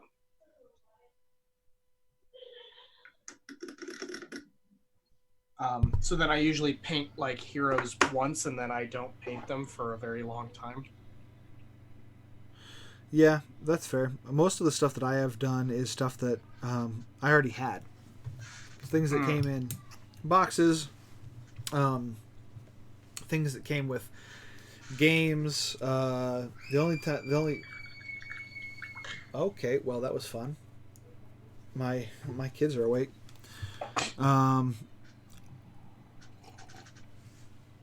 But yeah, I've not actually specific this is actually one of the first champions that I've actually selected to paint. Pretty much everything else is just what other people want or need for a specific situation. So I just kind of go with whatever's available.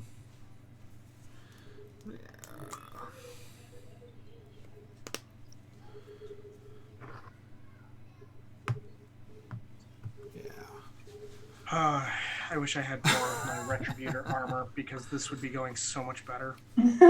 I know, but again, the white gold color is really, really nice for the antique look. It looks really cool. It's gonna have a very different look, but I'm with you. I'm breaking away from the Retributor Gold, which is a rarity for me, and doing some for this I'm doing Gehenna Gold for my for a lot of my pieces. Oh, Gehenna Gold is like half of my Tomb King's army. Yeah, it's just the added darkness is really nice, because when you compare it to the Retributor Gold is very, very bright, and I was like, I didn't think that was the case, but this I like Gehenna Gold. It is fun for dwarves and kind of that. I'm painting over the inlay on his axe right now, and it works really nicely for that, because if you leave like a dark shade underneath it, because right here it's just black underneath, yeah, it pops out really nicely.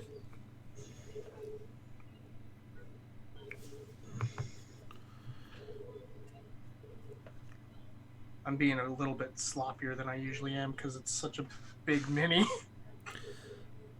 I do enjoy painting much larger minis because you can get away with a few more mistakes.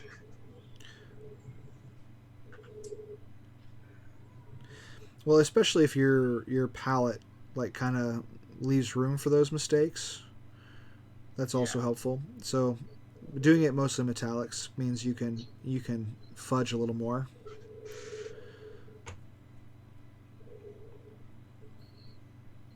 I think that's one reason why I was like, yeah, I could probably do this for a charity stream. Because usually metals go much quicker for me. Yeah. Unless I pick a crap gold like Auric Armor Gold. Yeah, unless you deliberately try to make it harder on yourself. Yeah.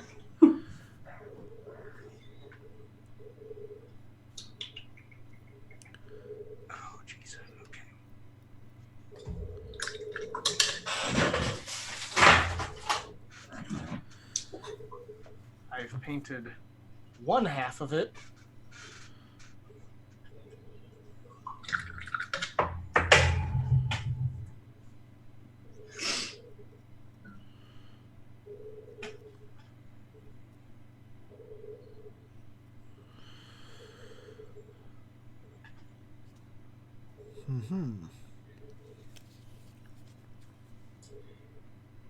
See, now I'm realizing I may have made a mistake.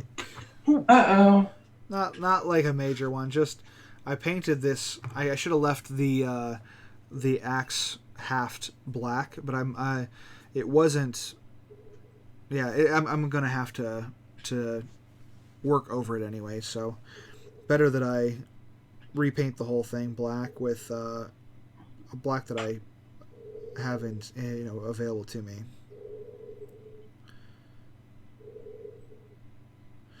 Because I like this. Again, I just love the Gehenna Gold over black. For this kind of dark engraved axe. I like it a lot better than I like the silver. I really only need the silver or the steel, whatever color, for Runefang steel. Is it Runefang? What am I using? Or are you not using Citadel? No, I'm using Ironbreaker. I used Runefang steel for all of his armor pieces because I figured those would be in decent shape, Then I used Ironbreaker, which is a little bit darker, for the sharpened edge of the axe and for the handle. And I'm realizing I want the handle to be black, and then I'm gonna make all the rivets on it with the Gehenna Gold as well. Just makes it pop more. So I need to get my ever trusty Abaddon out. I think I need to take the opportunity of her open-toed shoes to paint toenails. Yes. I'm excited about that. Can't paint toenails in real life. Well, there's not a whole lot model-wise that I'm like, oh, I can paint her toenails. So what I'm hearing is... You got to take that opportunity when it presents itself. So what I'm hearing is that you're going to kick both of our butts in actually finishing the mini. I don't know if that's the case. I was gonna say, that depends on what you call finishing the mini. There's there's many potential outcomes when you talk about finishing. That is true. Because I don't know if I'll get to that point during the stream. I'm still, I mean, I am on my highlight of the white, so it's possible. Because all of this gold I'm painting, I got to do a second time, and then I haven't even gotten to the rivets. That will be interesting.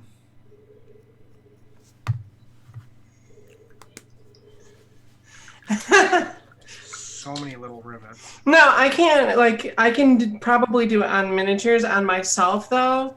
Though these came out pretty well, I will say. Kind of, if you don't look too close at my nails. It's probably the only thing showing up. I don't know why my camera's not focusing right now.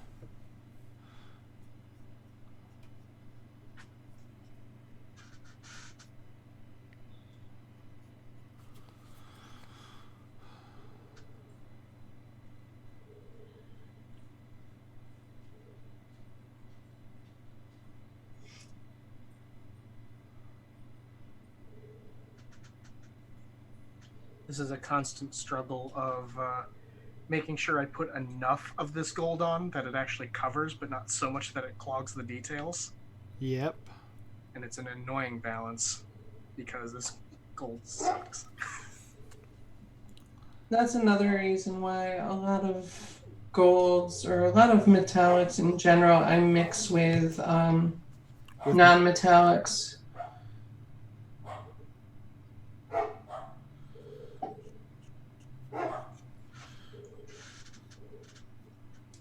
I don't think I could imagine doing this whole thing in non-metallic metals. Oh, no, mixing, like, so for instance... Oh, no, I know what you're saying. I was just...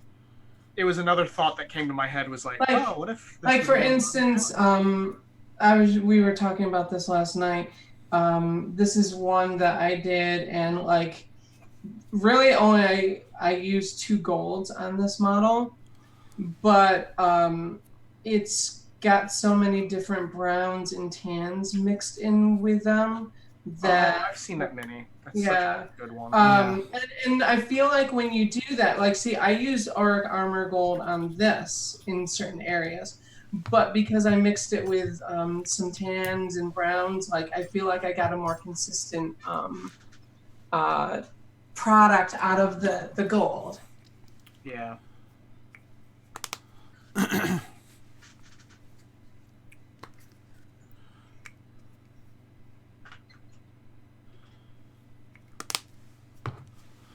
Now let's get the little bitty rivets.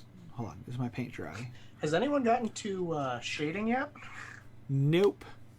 I shaded the bandage that's around her leg. That's about it. I am highlighting the white on her, which is kind of hard to see on the camera.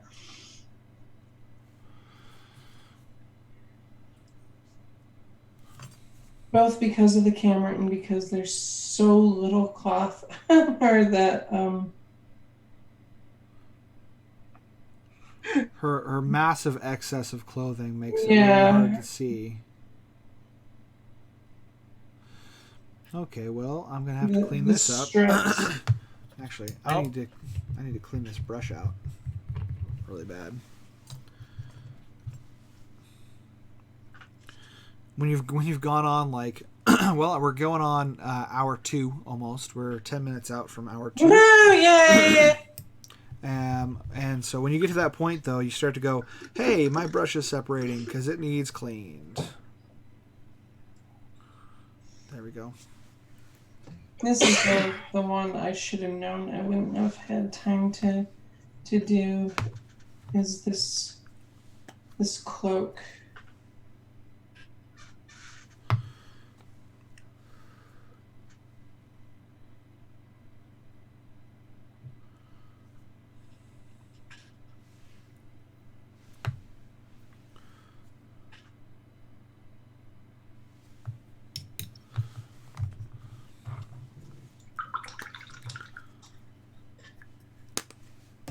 This dragon would almost be a candidate for doing airbrushing instead.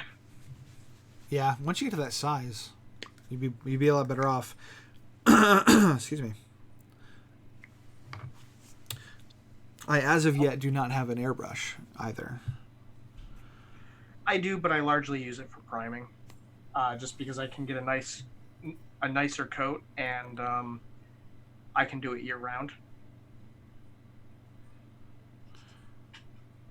I mean, I'll be honest. I don't follow any rules when it comes to spray paint anything.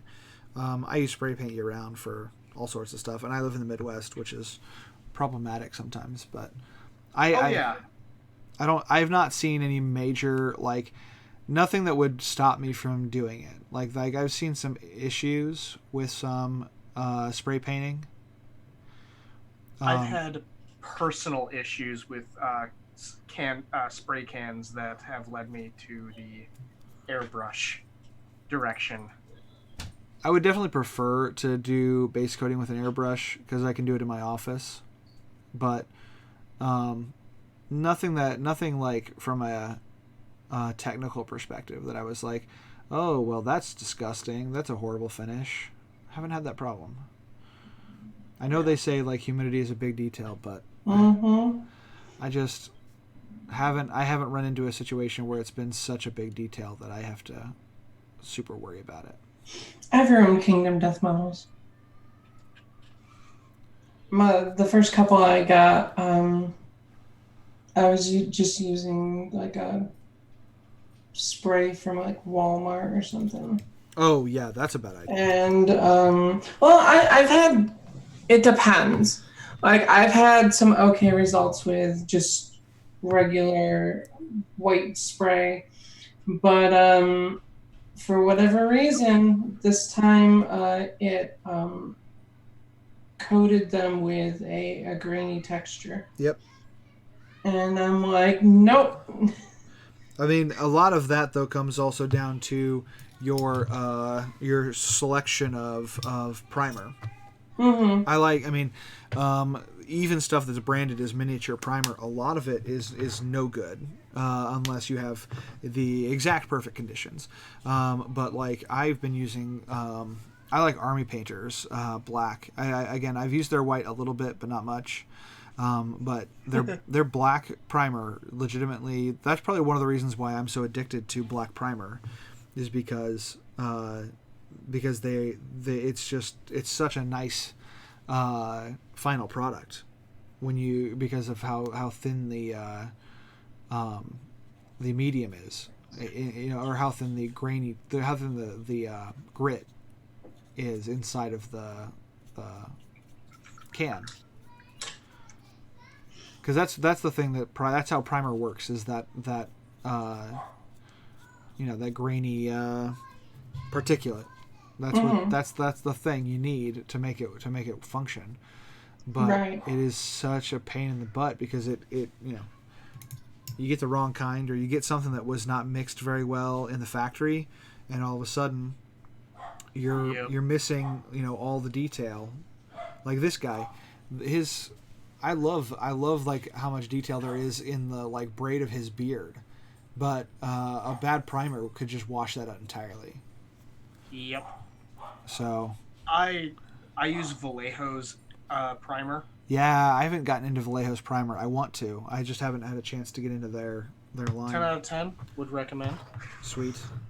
I typically use just the Citadel Corax white. Also a good one. It's just super pricey for. It is. Spray paint. I mean, it's like $20 or something, close to it. I think that's what my Vallejo primer is, and I still have the same bottle that I first bought. Well, that's also that's either a paint on or a thin and spray with the air gun, right? It doesn't come in a can, right? Yeah, it comes in a bottle. Yeah, that's right. No, I'm talking the rattle can. Right? Yeah. Again, living in Michigan, that was I didn't like I could only prime so many times of the year. Yeah. Oh, Jordan's putting out there's a trivia giveaway for a Guardians of the Galaxy Volume 2 Rocket Groot figure. True or false, donations made to Extra Life stay local to fund critical treatments and healthcare services, pediatric medical equipment, and charitable care. True or false? First one to put in the correct answer, I assume. Or I guess there's going to be... it's a trivia... I don't know. Jordan's in charge. So Jordan, do your thing. I'm just a talking head. It's better than talking hands. Well, that was last stream. Was talking hands because the last stream was puppets. Oh. Oh man. I mean, technically, there's mouths there. They just happen to be controlled by hands. Yeah, no, they did a whole D&D puppet stream. It was fantastic. That is beautiful. It was really awesome. Maxine made her own puppet, and so did Fairy Rain. She made her own puppet. So that was pretty neat.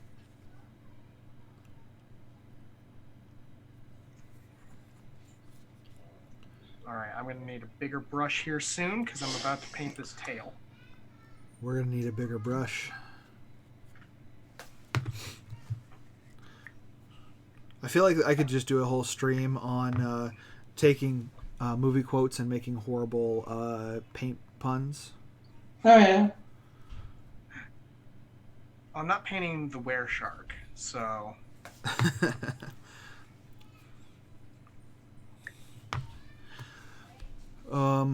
What else can we talk about? Oh, models. So obviously, we know what you're addicted to. Hobbyist girl is KD. Any other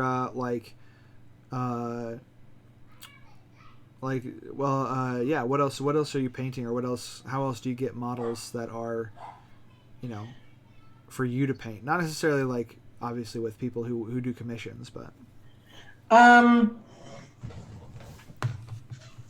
Besides KD,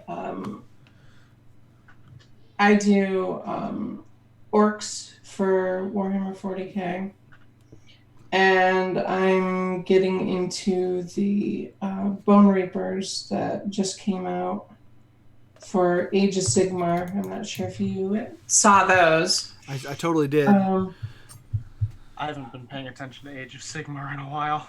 I love it. I'm a fan of Age of Sigmar's line currently. I mean, mostly because they brought back dwarves, which apparently we can't. We're never going to get space dwarves back. So I'm just going to have to do with what I can get.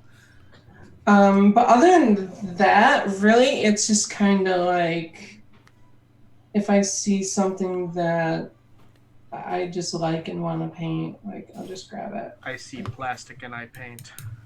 Yeah, pretty much. Yeah, I'm almost in the same boat. I don't actually have a product line that I'm dedicated to. Some people may think that I'm dedicated to Games Workshop, but that's just because I bought a boatload of minis when I played Warhammer Fantasy. Yep. Right. Before it became Age of Sigmar. Do you find like a specific difference that you don't like about Sigmar versus Fantasy? Not really. It really came down to the community that I played with. Fair. Some of them got really toxic when Sigmar dropped. Yeah. And I basically just said, I don't need this kind of negativity in my life, and I just kind of stopped. When it went official again, people got a little bit rules heavy and. Well, then that's the thing too. It's kind of like, I mean, nothing's really stopping people from playing the old one, but I don't know why you would. Like the state of the game, like back then was just so. It was just so bad. Like they needed to do something. Yeah, I mean that's one of the things I think was my biggest complaints about just Citadel, Game Workshop combo. Right, was that the world was pretty like monochromatic. It was all. I mean, you played creepo aliens or orcs or big white dudes in mech suits. Like there was kind of like only one option for quote unquote like diversity or coming up. That's the thing I like about D&D is like I can wake up one day and be like, okay, I'm a cat person today, you know, like I want to build that character. And they're really, Games Workshop pretty much said this is the extent to which we're willing to diversify, because we don't want to make additional molds. that's expensive. So well, that's changed a lot. They've done a lot to do, like, even if it's just like one or two models, like there's like legit I want to think at this point there's like 2 or 3 different squat models that have come out recently for like Necromunda and stuff like that. Like not a full army, but they do exist in like some medium. Yeah. I know, like, I was talking to my cousin because he actually went full into building himself a space dwarf army, because that was really his thing. And then when they were no longer being supported, he was like, I have no reason to be in this game anymore, and it just doesn't make any sense. Because although there is nothing stopping every other player from letting him play, because there's still the books are still out there. You can get the tactics, no problem. Mm-hmm. But it wasn't official. It was technically meant in tournaments. You really couldn't do anything. Right. But I mean, if it's just casual play, who cares what tournament rules are, right? Oh yeah. I guess that's my opinion, because I'm a painter and not a wargamer. I like being wargame adjacent in that I play a lot of things like because I paint them, and that's pretty much my extent. Is I get stuff together. I want to play Warcry because, again, I prefer fantasy setting for. I liked fantasy. I'm with you, Nightmare. I liked fantasy when it was out. I liked the models for fantasy. They were really interesting. Really good artists working on fantasy, so I just like that in general. And I never was a big fan of Space Marines. I don't know why. It just never popped for me.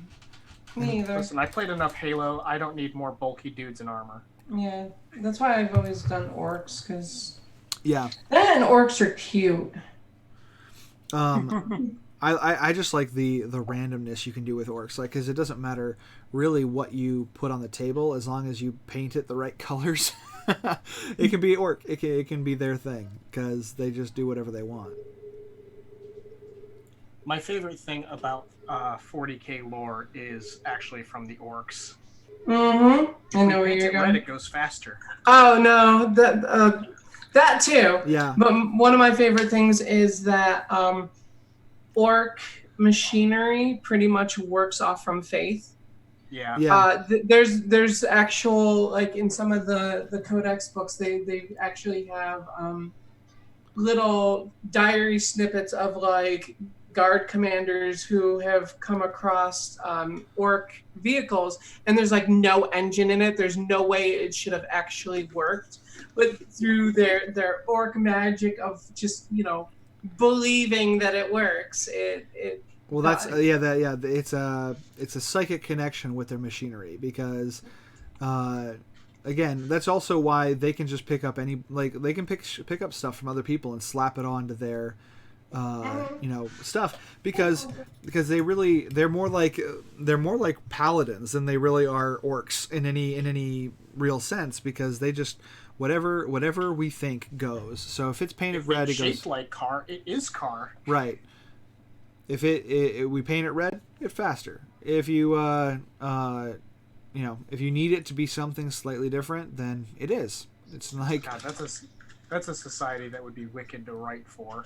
Yeah, well, I think that's why they did it. I think that was just like a writer's choice of saying, I want this to be a little more interesting than just, hey, they're orcs in space. Orcs in space.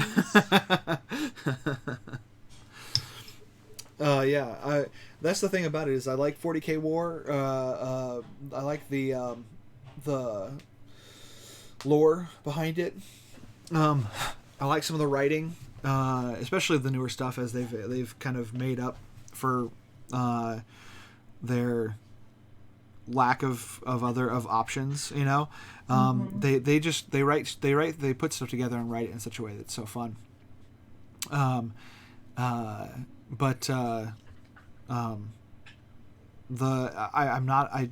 don't play at the table that often, but the models are fun, and and building an army is part of the like enjoyment. So once I have an army, I'm kind of like, well, I could play this, or it can just go in a case. It could go either way for me.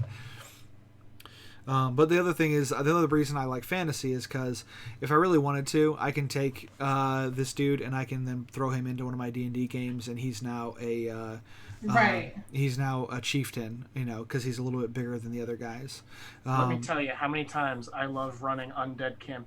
How much I run undead stuff, simply because it's like, oh, I have 40 skeletons here. Yeah, exactly.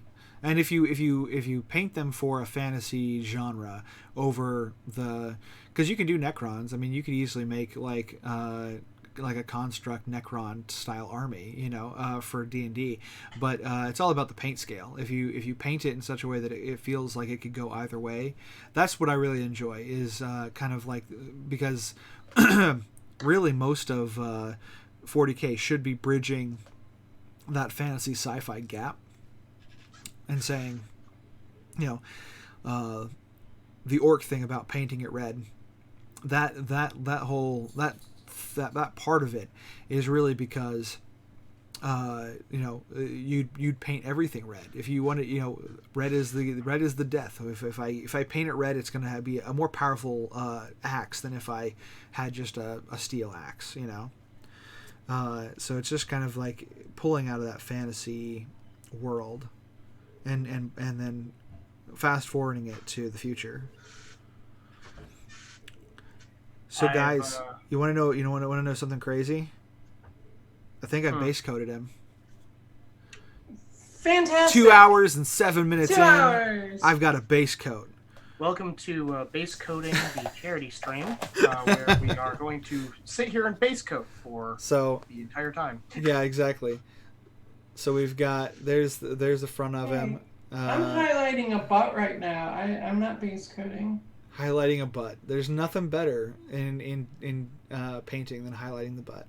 And then I'm actually so that's what I did with the axe. I went black with the Gehenna gold and just using silver on the blade. So I've got. I mean, I really don't need it. I don't personally feel like I'm going to do anything else with this axe. So axe is done. I'm happy with that. But I need to do highlights on the beard. I need to do highlights on the skin tone. I need to do wash. I need to do highlights for his pants and highlight the butt, obviously. And I might do some detail work on his belt, because there's a few items in here I could probably mess with. But yep, I am still messing with gold.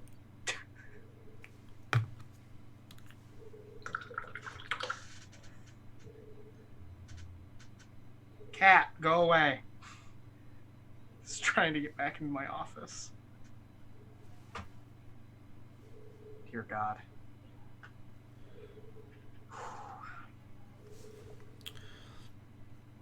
And like for me, if I were just doing it like for an evening, obviously I want this guy to be like as badass as physically possible. So he's gonna get a lot of work. But for like some of my minis that I'm just doing for a table, this is like where I might even stop and just say, okay, I'm gonna move on to something and keep going, because he looks fun, you know. But not he looks fun, but he's not like perfect. But this is my favorite part, is when you get that base coat down and you're like, now I can focus on some details, and you should just look it through and you're like, I'm happy. I like that everything popped the way that I expected it to. Because you never know until you get your colors on whether or not you're going to be happy with your colors. Yeah, I am liking the way that this gold is coming out. it's just taking forever to get a nice solid color. Yeah, no, I agree, because if you're going for that, not just clockwork, because you could do metal, you could do just the Gehenna Gold or the Retributor armor or whatever you want, or some other, obviously, dark gold color, but by going with that light white gold kind of effect, it looks so much more steampunk than it does, because steampunk has an element of delicacy, and not, it's not like... if you're talking about like story elements, because a lot of what I think we all paint, or at least I know me and Nightmare, Hobbyist Girl, I know you're just about the thick girls, so we we know the story behind that. No, but no, like background, when I do a lot of those kind of things, like that is something that was made by an artisan for a dragon. That's not made by some like Orc. Well, I mean, some orcs can be artisans. Sure, yeah. But I was thinking more like your random tinkerer. It's not just something that was made by a gnome. Yeah. It's not just something, because if it was a gnome that was like, I'm gonna make me a dragon, it would be the shiniest damn thing. It wouldn't have any of the delicacy. Like that's more of a high end craftsman kind of deal. So it's even more interesting. Whereas any construct could be made by a gnome with enough time on his hands, and would be covered in gold plate or whatever. So it would have like 6 swords attached to it, probably a laser beam. Right. Why? Because I can. Right. That's the knowing like kind of a background of like where you think this thing came from changes to me like everything I do about the model. So that's a big deal. One of my favorite pieces that I told the story with was I had an iron golem. Mm-hmm. I named him Hal 1000 because, and part of the story that I did with him was he's like this bluish oiled metal, and he's got I put some blood for the blood god covering like the knuckles of his fist to just kind of show, oh look, he you don't want to mess with this. Right. He just got done grinding someone into a pulp. Okay. I'm going to give some of the gold time to dry and work on more sections of gold, because I need more layers on everything.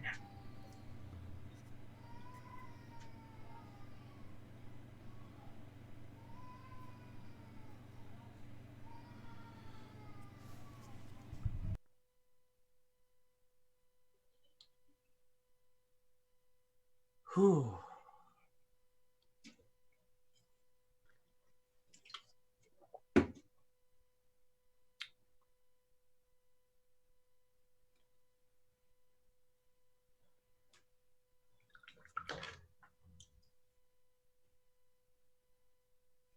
So, what has been everyone's favorite mini to paint that they've done before? That is kind of a tough question. That's why I asked it. Let's see. Give us a tough question to answer, and right now I've been going through all of the Critical Role minis because because I have a commission to do the whole set, and B, because I have my own that I also need to paint, so I have a lot of reason to paint them. Again, it's Steam Forged, so their quality is pretty good, and it's hard to pick. But I think there's a combination of I liked Trinket because it was easy. Fur and metal, and then I also did kind of like we've talked about not a non-metallic, but using a metallic. I used like a gray and then just dry brushed a silver over top of it, So yeah. a simple, like really easy technique to get that look down. And then I liked Keyleth because the mantle was super fun. I got to do some wet blending, which I haven't really done a lot of before. So that happened to be the critical, the Ford Mini that I did wet blending for one of the first times. Yeah, you started on the opposite side that I did, which is fun. I've been watching some of the stuff on your channel because I did Vox Machina first, and you did the Mighty Nine first. I left mine up to a internet poll. Yeah, I just was like, this is what I feel like doing right now, so I just did it. Yeah, next week I'm going to be wrapping up Pumat Soul Prime. Here I'll show you my. I've been doing this on the side. This is not my. This is for the set that I was commissioned for, but I just batch painted all of my Pumats together, nice. Which was super fun, and it's kind of washed out on the camera because of lighting. Yeah. But I love Pumats. I love the everything about that sculpt. I don't know what it is. It's just really an interesting design, and I got to play around with it a little bit. I actually had planned of painting each one of them a little bit differently, so that's why I'm not doing them in a batch. No, yeah, I get it. Yeah, hobbyist girl, what about you? What's been your favorite minis to paint? I would say probably within I don't know. I'll go with this year. My favorite mini that I've painted is the Watcher from Kingdom Death, just because I really like painting cloth. That's fair. And that's pretty much all he is cloth and lanterns. Such an epic story just in the development of that miniature too. Like, knowing the game and knowing that basically cloth and lanterns are just so dang important. Mm-hmm. And then you go and you see a guy covered in cloth and lanterns, you go, oh fuck, walk away. He used to be the end boss. Mm-hmm. In 1.0 he was, and the way he comes about is he's actually in your lantern horde the whole time, and he arises from it. But now he's the second to last. They added the gold smoke knight that I showed earlier. Mm-hmm. I didn't realize cloth and lanterns were so important in Kingdom Death. I guess that explains why so many of the heroes just don't have any. Lanterns, definitely. Lanterns, I feel, are almost like a metaphor for the soul in this. Yeah. In this universe. Well, that was kind of my understanding as far as seeing how the that boss specifically played out. Like, that to me, the collection of lanterns is the collection of lost souls. Mm-hmm. That's such a crazy metaphor. But also, I think it also pulls from some Dante lore, I think, as well. But yeah, sorry, you were saying stuff because. Oh no, that's fine. That was really all I had. The Watcher's been my most fun to paint. I painted him up while I was prepping for Gen Con. Actually, I painted him up, and then I had the lucky misfortune of having my dog get a hold of him. Ooh, bad. Yeah, ouch. Yeah, he chewed him completely up. Which, if you're not familiar with Kingdom Death, they're not exactly the easiest thing to get. So most of the models are limited run, 500-ish. The Watcher comes in the $400 core set. Yeah. Luckily, when I posted it to Twitter, I had a follower get with me who had an extra, and they sent it to me. Oh, that's nice. Yeah, that is super lucky. So I got to paint him twice. That's a rare delicacy in miniature painting world. Painting it twice. Yeah, you get to you have the opportunity to paint it a couple of times. Well, unless literally you're doing like the batch thing, then it's like, oh, Right. Well, I have to paint all the Death High minis again because I have a commission for them. But other than commissions, I don't typically paint the same thing twice. Yeah, I don't take commissions just because of how little time I have. I take very little commissions. Like I'm very picky on what I'll take on. That is fair. I was going to ask that question because I know we all have kind of different involvements in hobby / paid work for miniature painting. What do you guys generally think about like the hobby work like balance? What is your thoughts, or do you have any? I managed to integrate it into the live streams that I do.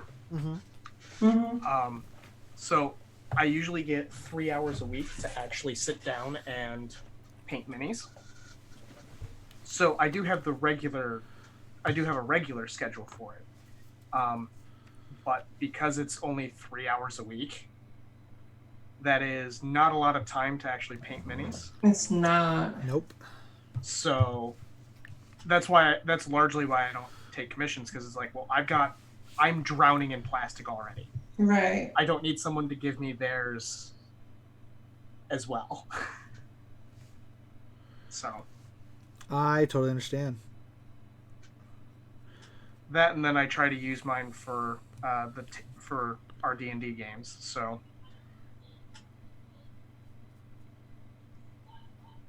I typically paint 3 to 4 hours a night.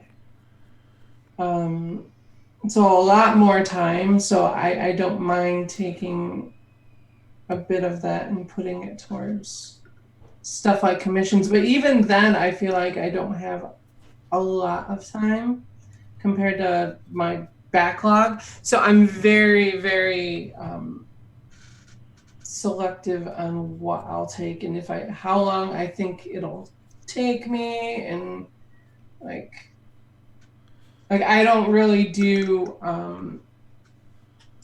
like army projects. Like if someone was like, hey, I'd like to commission you to do like my Space Marine army, I'm like, yeah, I know some people that I can point you to, but that's right.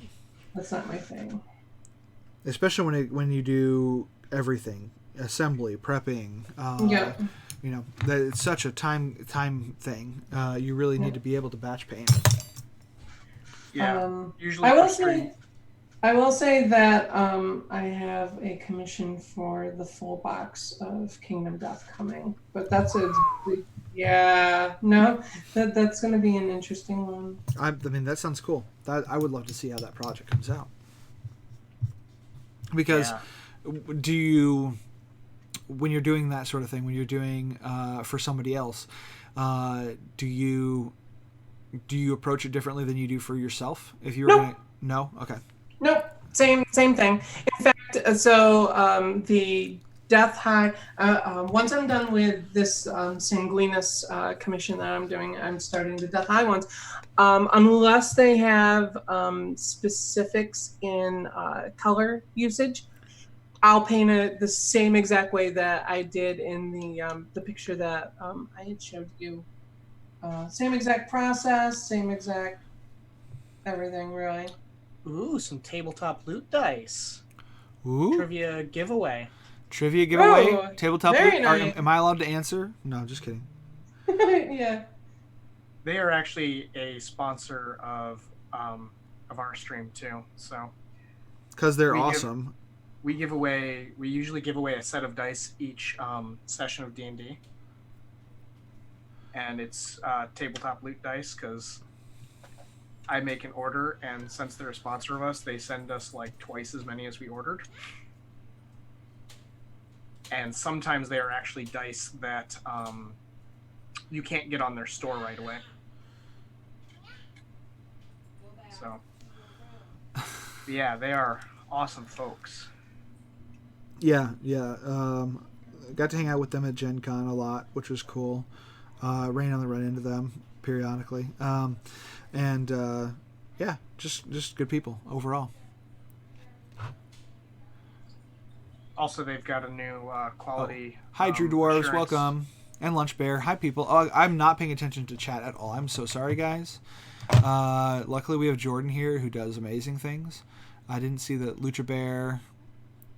All these folks. Hi, hello, welcome. Hello, welcome. Yeah, Lunch Bear. I'm so sorry. I said Lunch Bear, but that's just where my brain is at right now. I'm so Lunch Bear is fantastic. Listen, it's 10:30 in the morning for us. But I've been up since 6 and I have not eaten anything. So, or no, not since 6. I've been up since 5. Oh, so that explains why you thought Lunch Bear. Oh yes, yeah. I have not eaten anything, and I've been up since 5. So I'm ready. I'm ready for some food soon. So when we get off at 11, I'm just gonna go straight and make. That sounds like a job for Lunch Bear. Lunch Bear is the hero that we need in this world. The hero we deserve. Not the one we deserve, just the one we need. Thank you. What was the other one that there's a podcast that I was listening to. They said, I want the future that I was promised, not the future that we deserve. Yeah. I want us. Where's my teleportation device? Like, where's our? I want to live in Star Trek world now. That would be so much better than the one we're in at the moment. This is the worst timeline. Right. It is. Well, I apologize for the noises that come out of my household. I'm enjoying the live reenactment of Lord of the Flies that you have going on in the background. Welcome to mornings in my house. It is something to behold. It's the screams of the damned. Yeah.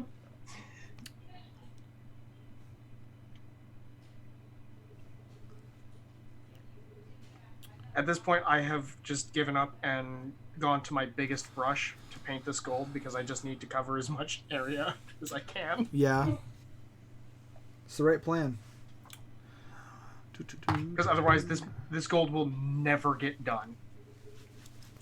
I'm moving on highlights. I've got skin tone highlights done. I've got a little bit of hair highlights. I don't have a brighter hair color, so I'm gonna have to mix some white in to go into the next highlight. So I'm gonna just do the pants and the boots in highlight before I do that.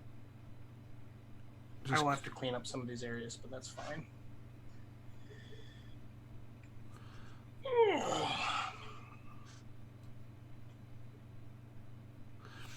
I think that's the next step that I would say on suggestions to people who are new painters.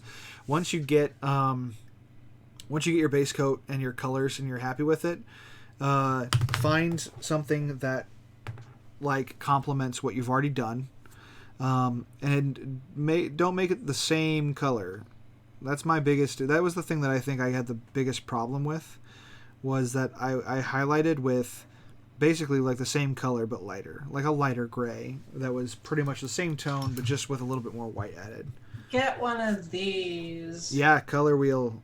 Yup. Get a color wheel and do complementary colors. Yep. I actually don't have that. Well, right here, what I'm doing is I went from what was the colors that I was using? This is the XV88 brown. Beautiful color. Yeah, it's a great color that I'm putting over top of I put it over top of the Steel Legion drab as kind of because they're not. I wanted the brown-green combo, because what's going to happen is when you have something like this, it's not. Life doesn't do one color very easily, so there's usually variation, and yeah, I just like the way that they play off of each other, because there's one is a little bit greener, one is a little bit more yellow, So it's still all in that brown shade, but it just looks dynamically a whole lot more fun. Good job, dear. You didn't buy more dice. I will say the using the idea that nature doesn't work in usually one color. I try to use the complement to that idea to make something look artificial. Yeah. So like for these metals here, I will likely, for their highlights, I will use the same exact metal. Yeah, because it's not natural. Highlight it. Yeah, because it's not a natural creation. It's a man-made creation, and that's where that's where, especially for your guy, right? If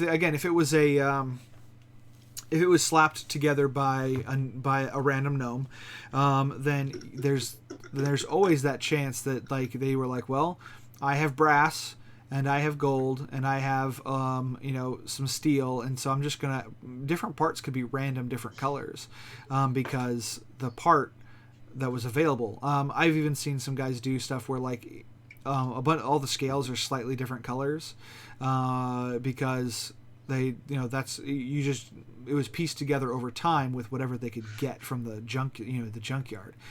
But being a more artisan crafted, like that would be something an artisan would think of, is making every single color match. So you use the exact same type of stock of gold for every single thing. It tells a story. For me, the person who then picks it up and plays with it is going to go, oh, gold.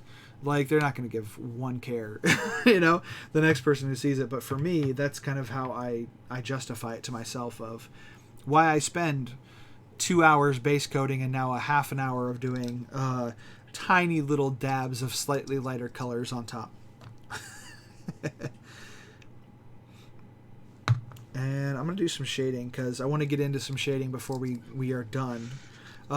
Okay, so we have some more people. We have Lunch Bear has joined us, and Jordan and Foxicorn. Lunch Bear, Lucha Bear. You're just Lunch Bear now. No, I know it's Lucha Bear, but I affectionately call them Lunch Bear now.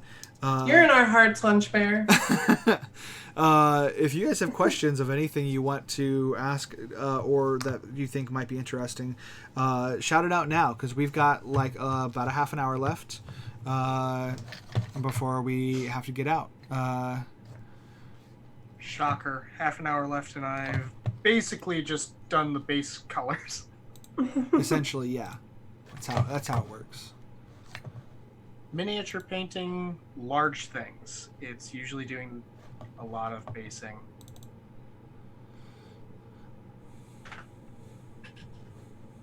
But I mean, I guess for my very early morning brain, this is a good thing. It makes it simpler, easier to grasp. There's less cognitive work going on right now.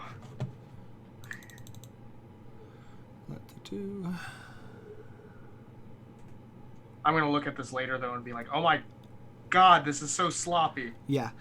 Yep, so we break at 11. The next game starts at 11:30. So we've got just a little bit of time. I just want to make sure we weren't running over. Shout it out if you have additional questions that you need to ask us. Lighting effects in painting. Are you talking like object source lighting or OSL? I've done a few of that here and there. Depending on the model, it can be quite difficult. Yeah.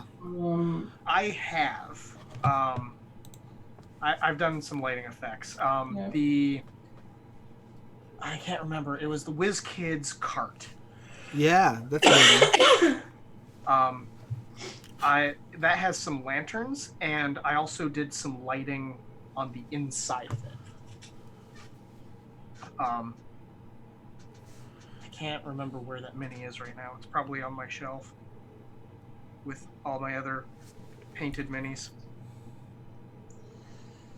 Like an individual would place their finished minis on.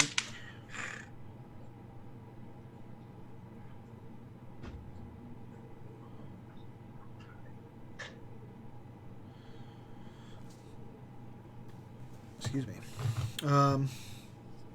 Yes, I have done some. I did with so when Steamforge first started doing the Critical Role stuff. I did a the Vax that they put out, and he's sitting here, but it's difficult to see with how much light I have in order to stream.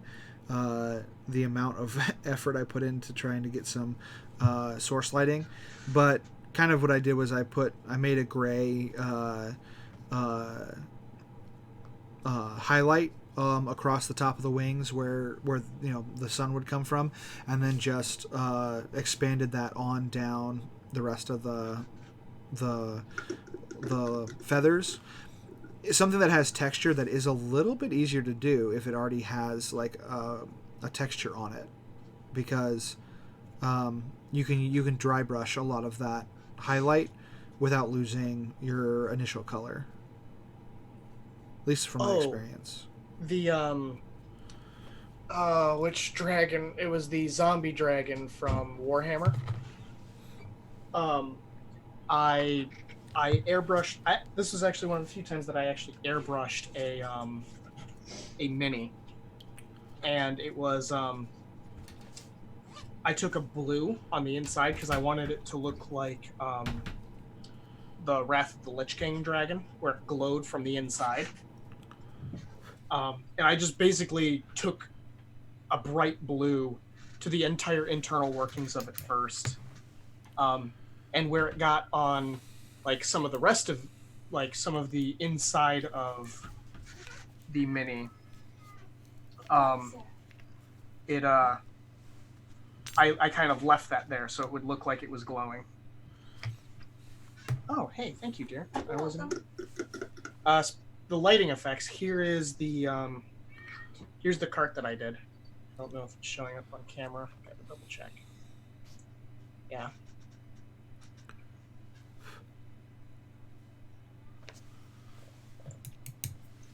Yeah, so that is the cart that I did.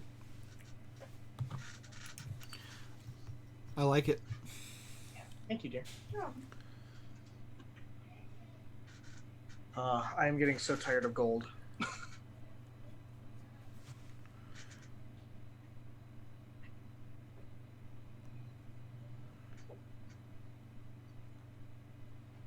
Oh, was it in that bag because I took it to Yes. Capital City? Okay. With the rest of your painted mittens. Another mini I really enjoyed doing was Thanquol and Bone Ripper from the Warhammer End Times stuff. Mm-hmm. That is the only time that I've painted flesh that I actually liked it.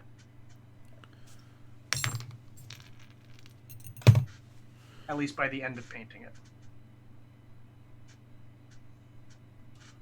I don't mind a little, like, painting a little bit of flesh. My issue is with larger sections. I did some Ettins a while back, and I thought it would be easier, but then once I looked at it, I was like, the blend is awful. I just did not like it. It bugged me. Yeah, Thanquol and Bone Ripper, I think, is the bigger one. Thanquol is the little guy that rides on him. Yeah, most of Bone Ripper was just like bare flesh with patches of fur. Whew, boy, that was rough, but it turned out really nice, and I don't think I could ever replicate it.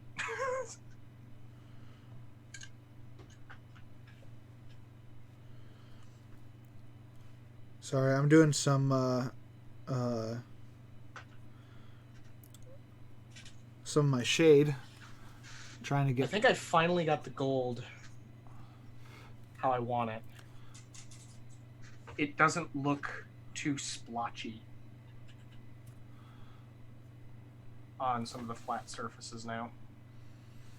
Thank goodness, because that was getting annoying. Hey, I'm gonna shade. Oh wait, no, I'm not. I'm gonna say, are you gonna highlight first, or are you gonna get shades? No, I tend to do the shade first and then some highlights, at least with my metals. I like doing doing it the opposite, especially for skin tone, because it gives you an idea. Once the shade is on, it tells you whether or not you did well on your highlights, because it blends everything a little bit nicer once there's a shade to define the deep grooves. No, I gotta do some cleanup. Yeah. But I'm also gonna be doing the layer for the bronze because the bronze on this is way too dark right now for what I like. So I'm gonna be taking a bit of a lighter bronze and putting it over it.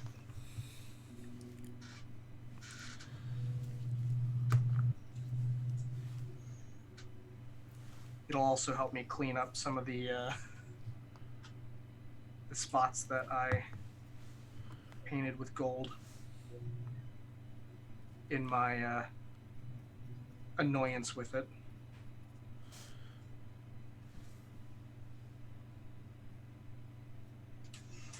Oh, going back to the commissions thing, I personally, for a long time, did just like whatever friends, because it's a weird. Me, I have trouble with pricing when I do a commission, because if you paid what I would like to be making hourly for the same time frame, that's a lot of money. You know, but also I kind of just want stuff to paint sometimes, something that I don't have to purchase myself. But the I've been very limited because of time, but I find myself now entirely unemployed. Other than, I mean, I have a part-time job that I've worked for a long time.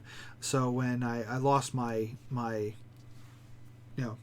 a week 9 to 5, it wasn't devastating. But once I stopped doing it, I was like, I have time to paint. I would really like to paint. So I've opened up my commissions significantly for just about everything that I do. And I've liked it. I've actually enjoyed being able to work on like artistic projects that I have not done in a long time. That is a benefit of me not wanting to do commissions. I don't have to figure out pricing. Yeah. Yeah, pricing can be difficult. More a joke than anything, but I tend to price higher than I think that they would say, so I don't have to do it. And then when they say that's fine, you're like, oh. Yeah, you're like, oh, okay, well. Then it's definitely worth my time. Yeah, now it's definitely worth my time. That's not true. That's a joke. Yeah, I know what you mean.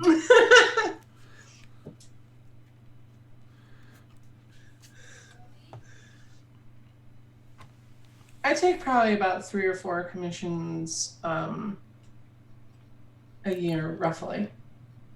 Wow, that is limited. Yeah, but typically I'm doing a commission that's going to take me about an entire month to do because it's a larger project. That makes sense.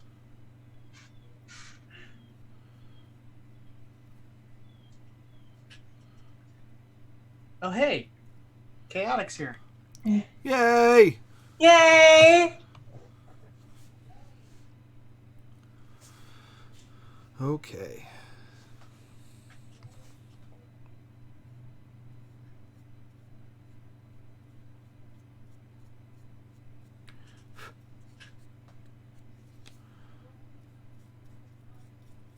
Yeah, doing the slightly lighter bronze, it doesn't darken it too much because of the very dark bronze undercoat. See, sometimes when I'm painting, I just paint and see how it turns out. I have estimates of how it'll look. And if it looks good, I'll keep going. I kind of did that with this model because I was like, I know what I want. I know he's gonna have bright orange hair. Like, I know generally some of the basics on skin tone and all that, but then I was like, I'm just gonna play around with different golds and stuff and just kind of see what feels right. So, let's see. I'm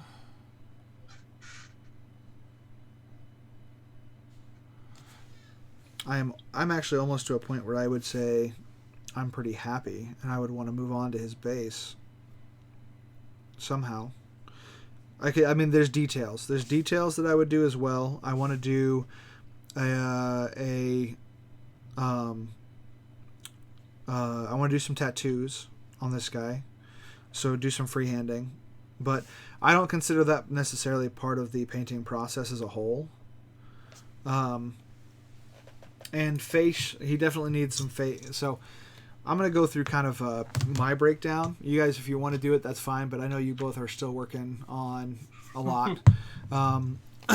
And that's because you guys are better than me, and I'm cheap and casual. That's what I do. But I'm a perfectionist, right. So there's a difference.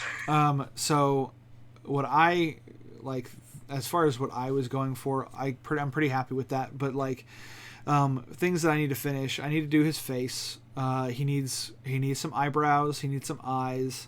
He needs some tattoos, and there's also some like little buckle pieces on the back of his belt that I might add some color to, like maybe make them jeweled or something.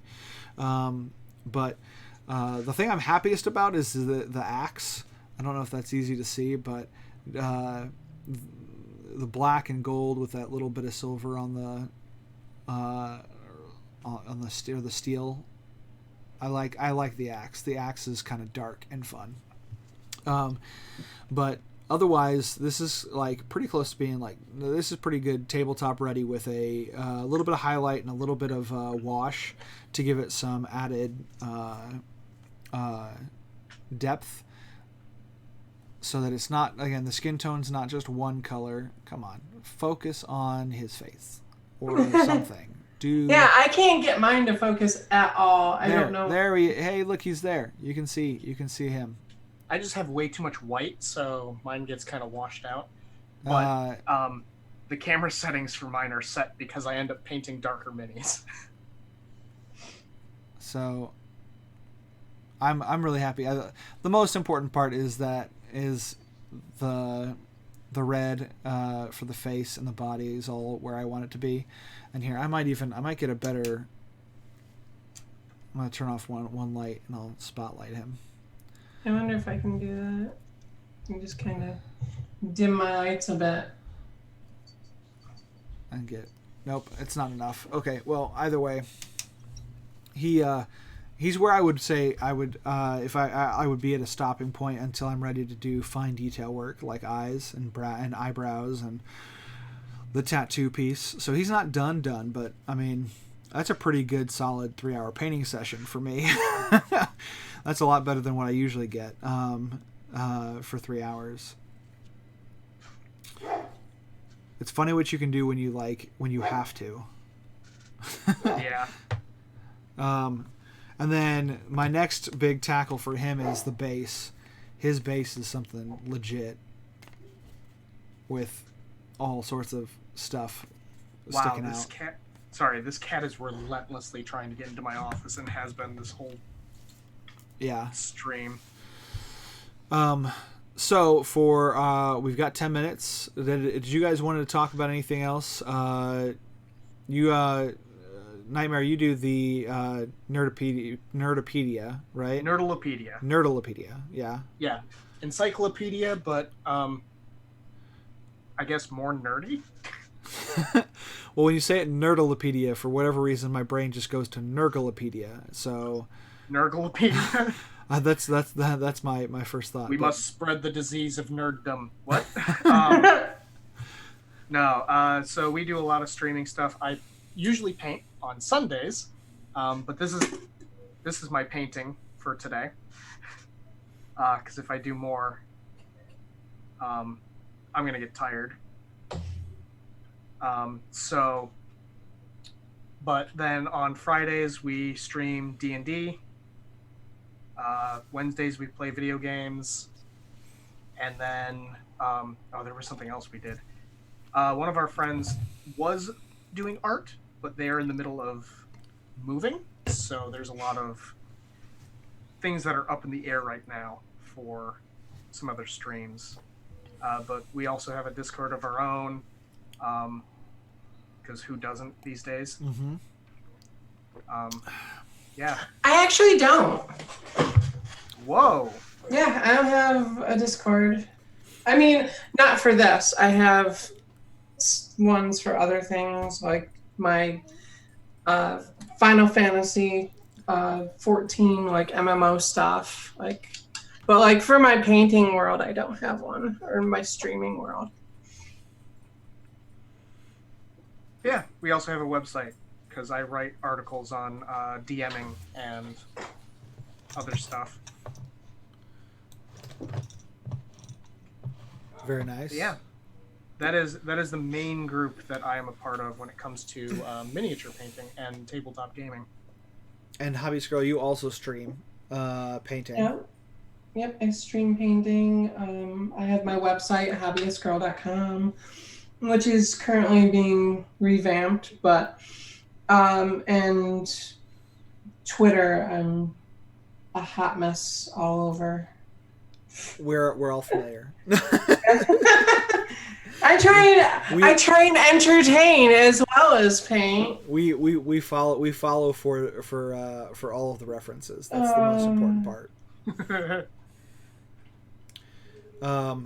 And I paint and woodwork and leatherwork and a bunch of other stuff, but mostly I paint right here on Thread Raiders on Monday nights. So I'll be painting again tomorrow night when 9 o'clock Eastern time. And so as a bit of wrap up, this is for Extra Life, as you can probably tell from all the Extra Life things that pop up.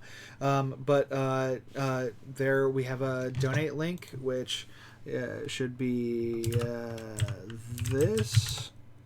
Yay, there it is.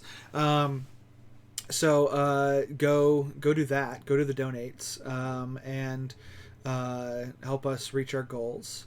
And Hobbyist Girl, you said yours is going to be, your mini when it's done is going to be auctioned for the charity as well. That is correct. And how are you planning? How does that work? How are you going to be able to? I think what I'll probably end up doing is creating an eBay auction for it, and then advertising on Twitter, Twitch, certain Facebook groups I'm in, like the Kingdom Death night market and all that stuff, and just getting the word out while it's out there, and putting into the actual auction that it's for the charity. Are you still doing anything on YouTube? I know you were doing like. Oh yeah. So my Hobbyist Girl stuff is what I had mentioned before, but I also work with a couple local friends called we call ourselves Chaotic Stupid, and we do various YouTube content. There's an Age of Sigmar podcast.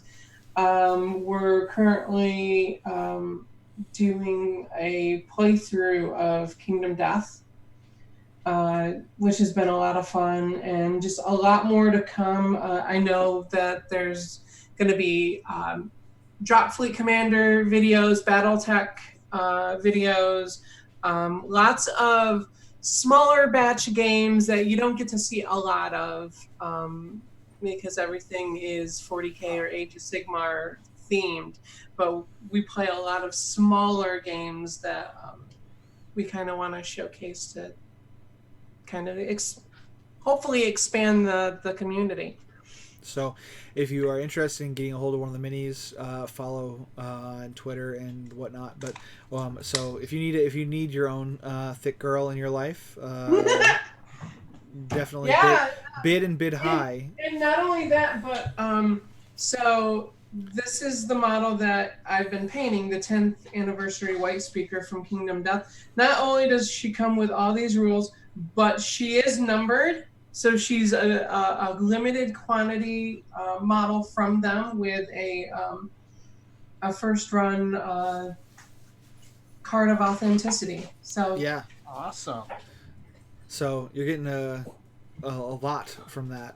So Yep. yeah, if you're into Kingdom Death, but then definitely worth a look and a bid, and if not, just worth it for all the exorbitant amount of clothing on her. And I obviously wasn't able to finish her during this stream, but I will be posting progress as I go on my Twitter feed at Hobbyist Girl, if you want to keep up on the progress that I make on her. Right now, I got through the, I just did a wash of my rosy flesh to kind of tie in the highlights that I did, but she's going to get more work, white work done on her, what little clothes she does have, and painting her hair red, as well as working on the cloak that I've kind of been working, as soon as it dries. It's just a long process. Yep. Yeah, that's about it. We're going to go ahead and get ready to wrap up.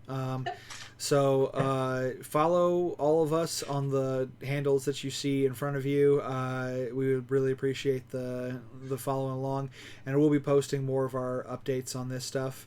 Yes. I will be back for more Extra Life streaming in a few hours after Zynar and a couple of others get done with their stuff. Yeah, we all have our own stream stuff going on that you should check out. But definitely, if you haven't already donated for Extra Life, please do so. We're really close to our goal. Joy is putting up there in the chat. We also are always we're always happy to talk about miniature painting and hobbying and gaming, which we do with each other often enough. So yeah. Jump in, help us, spread the disease of miniature hobbying, and the plastic disease. Yeah. Yes. So you can have your own pile of plastic shame, all your own. We really appreciate it, and that you guys came out and are supporting Extra Life and all of us. So we're gonna head out of here and wish you all a wonderful rest of your Sunday and happy Extra Life. Yes. And thank you for having me on. Happy Extra Life. Thank you for having me as well. And hope you guys finish your goal. All right. Goodbye. We'll see you later. All right. See ya. Adios.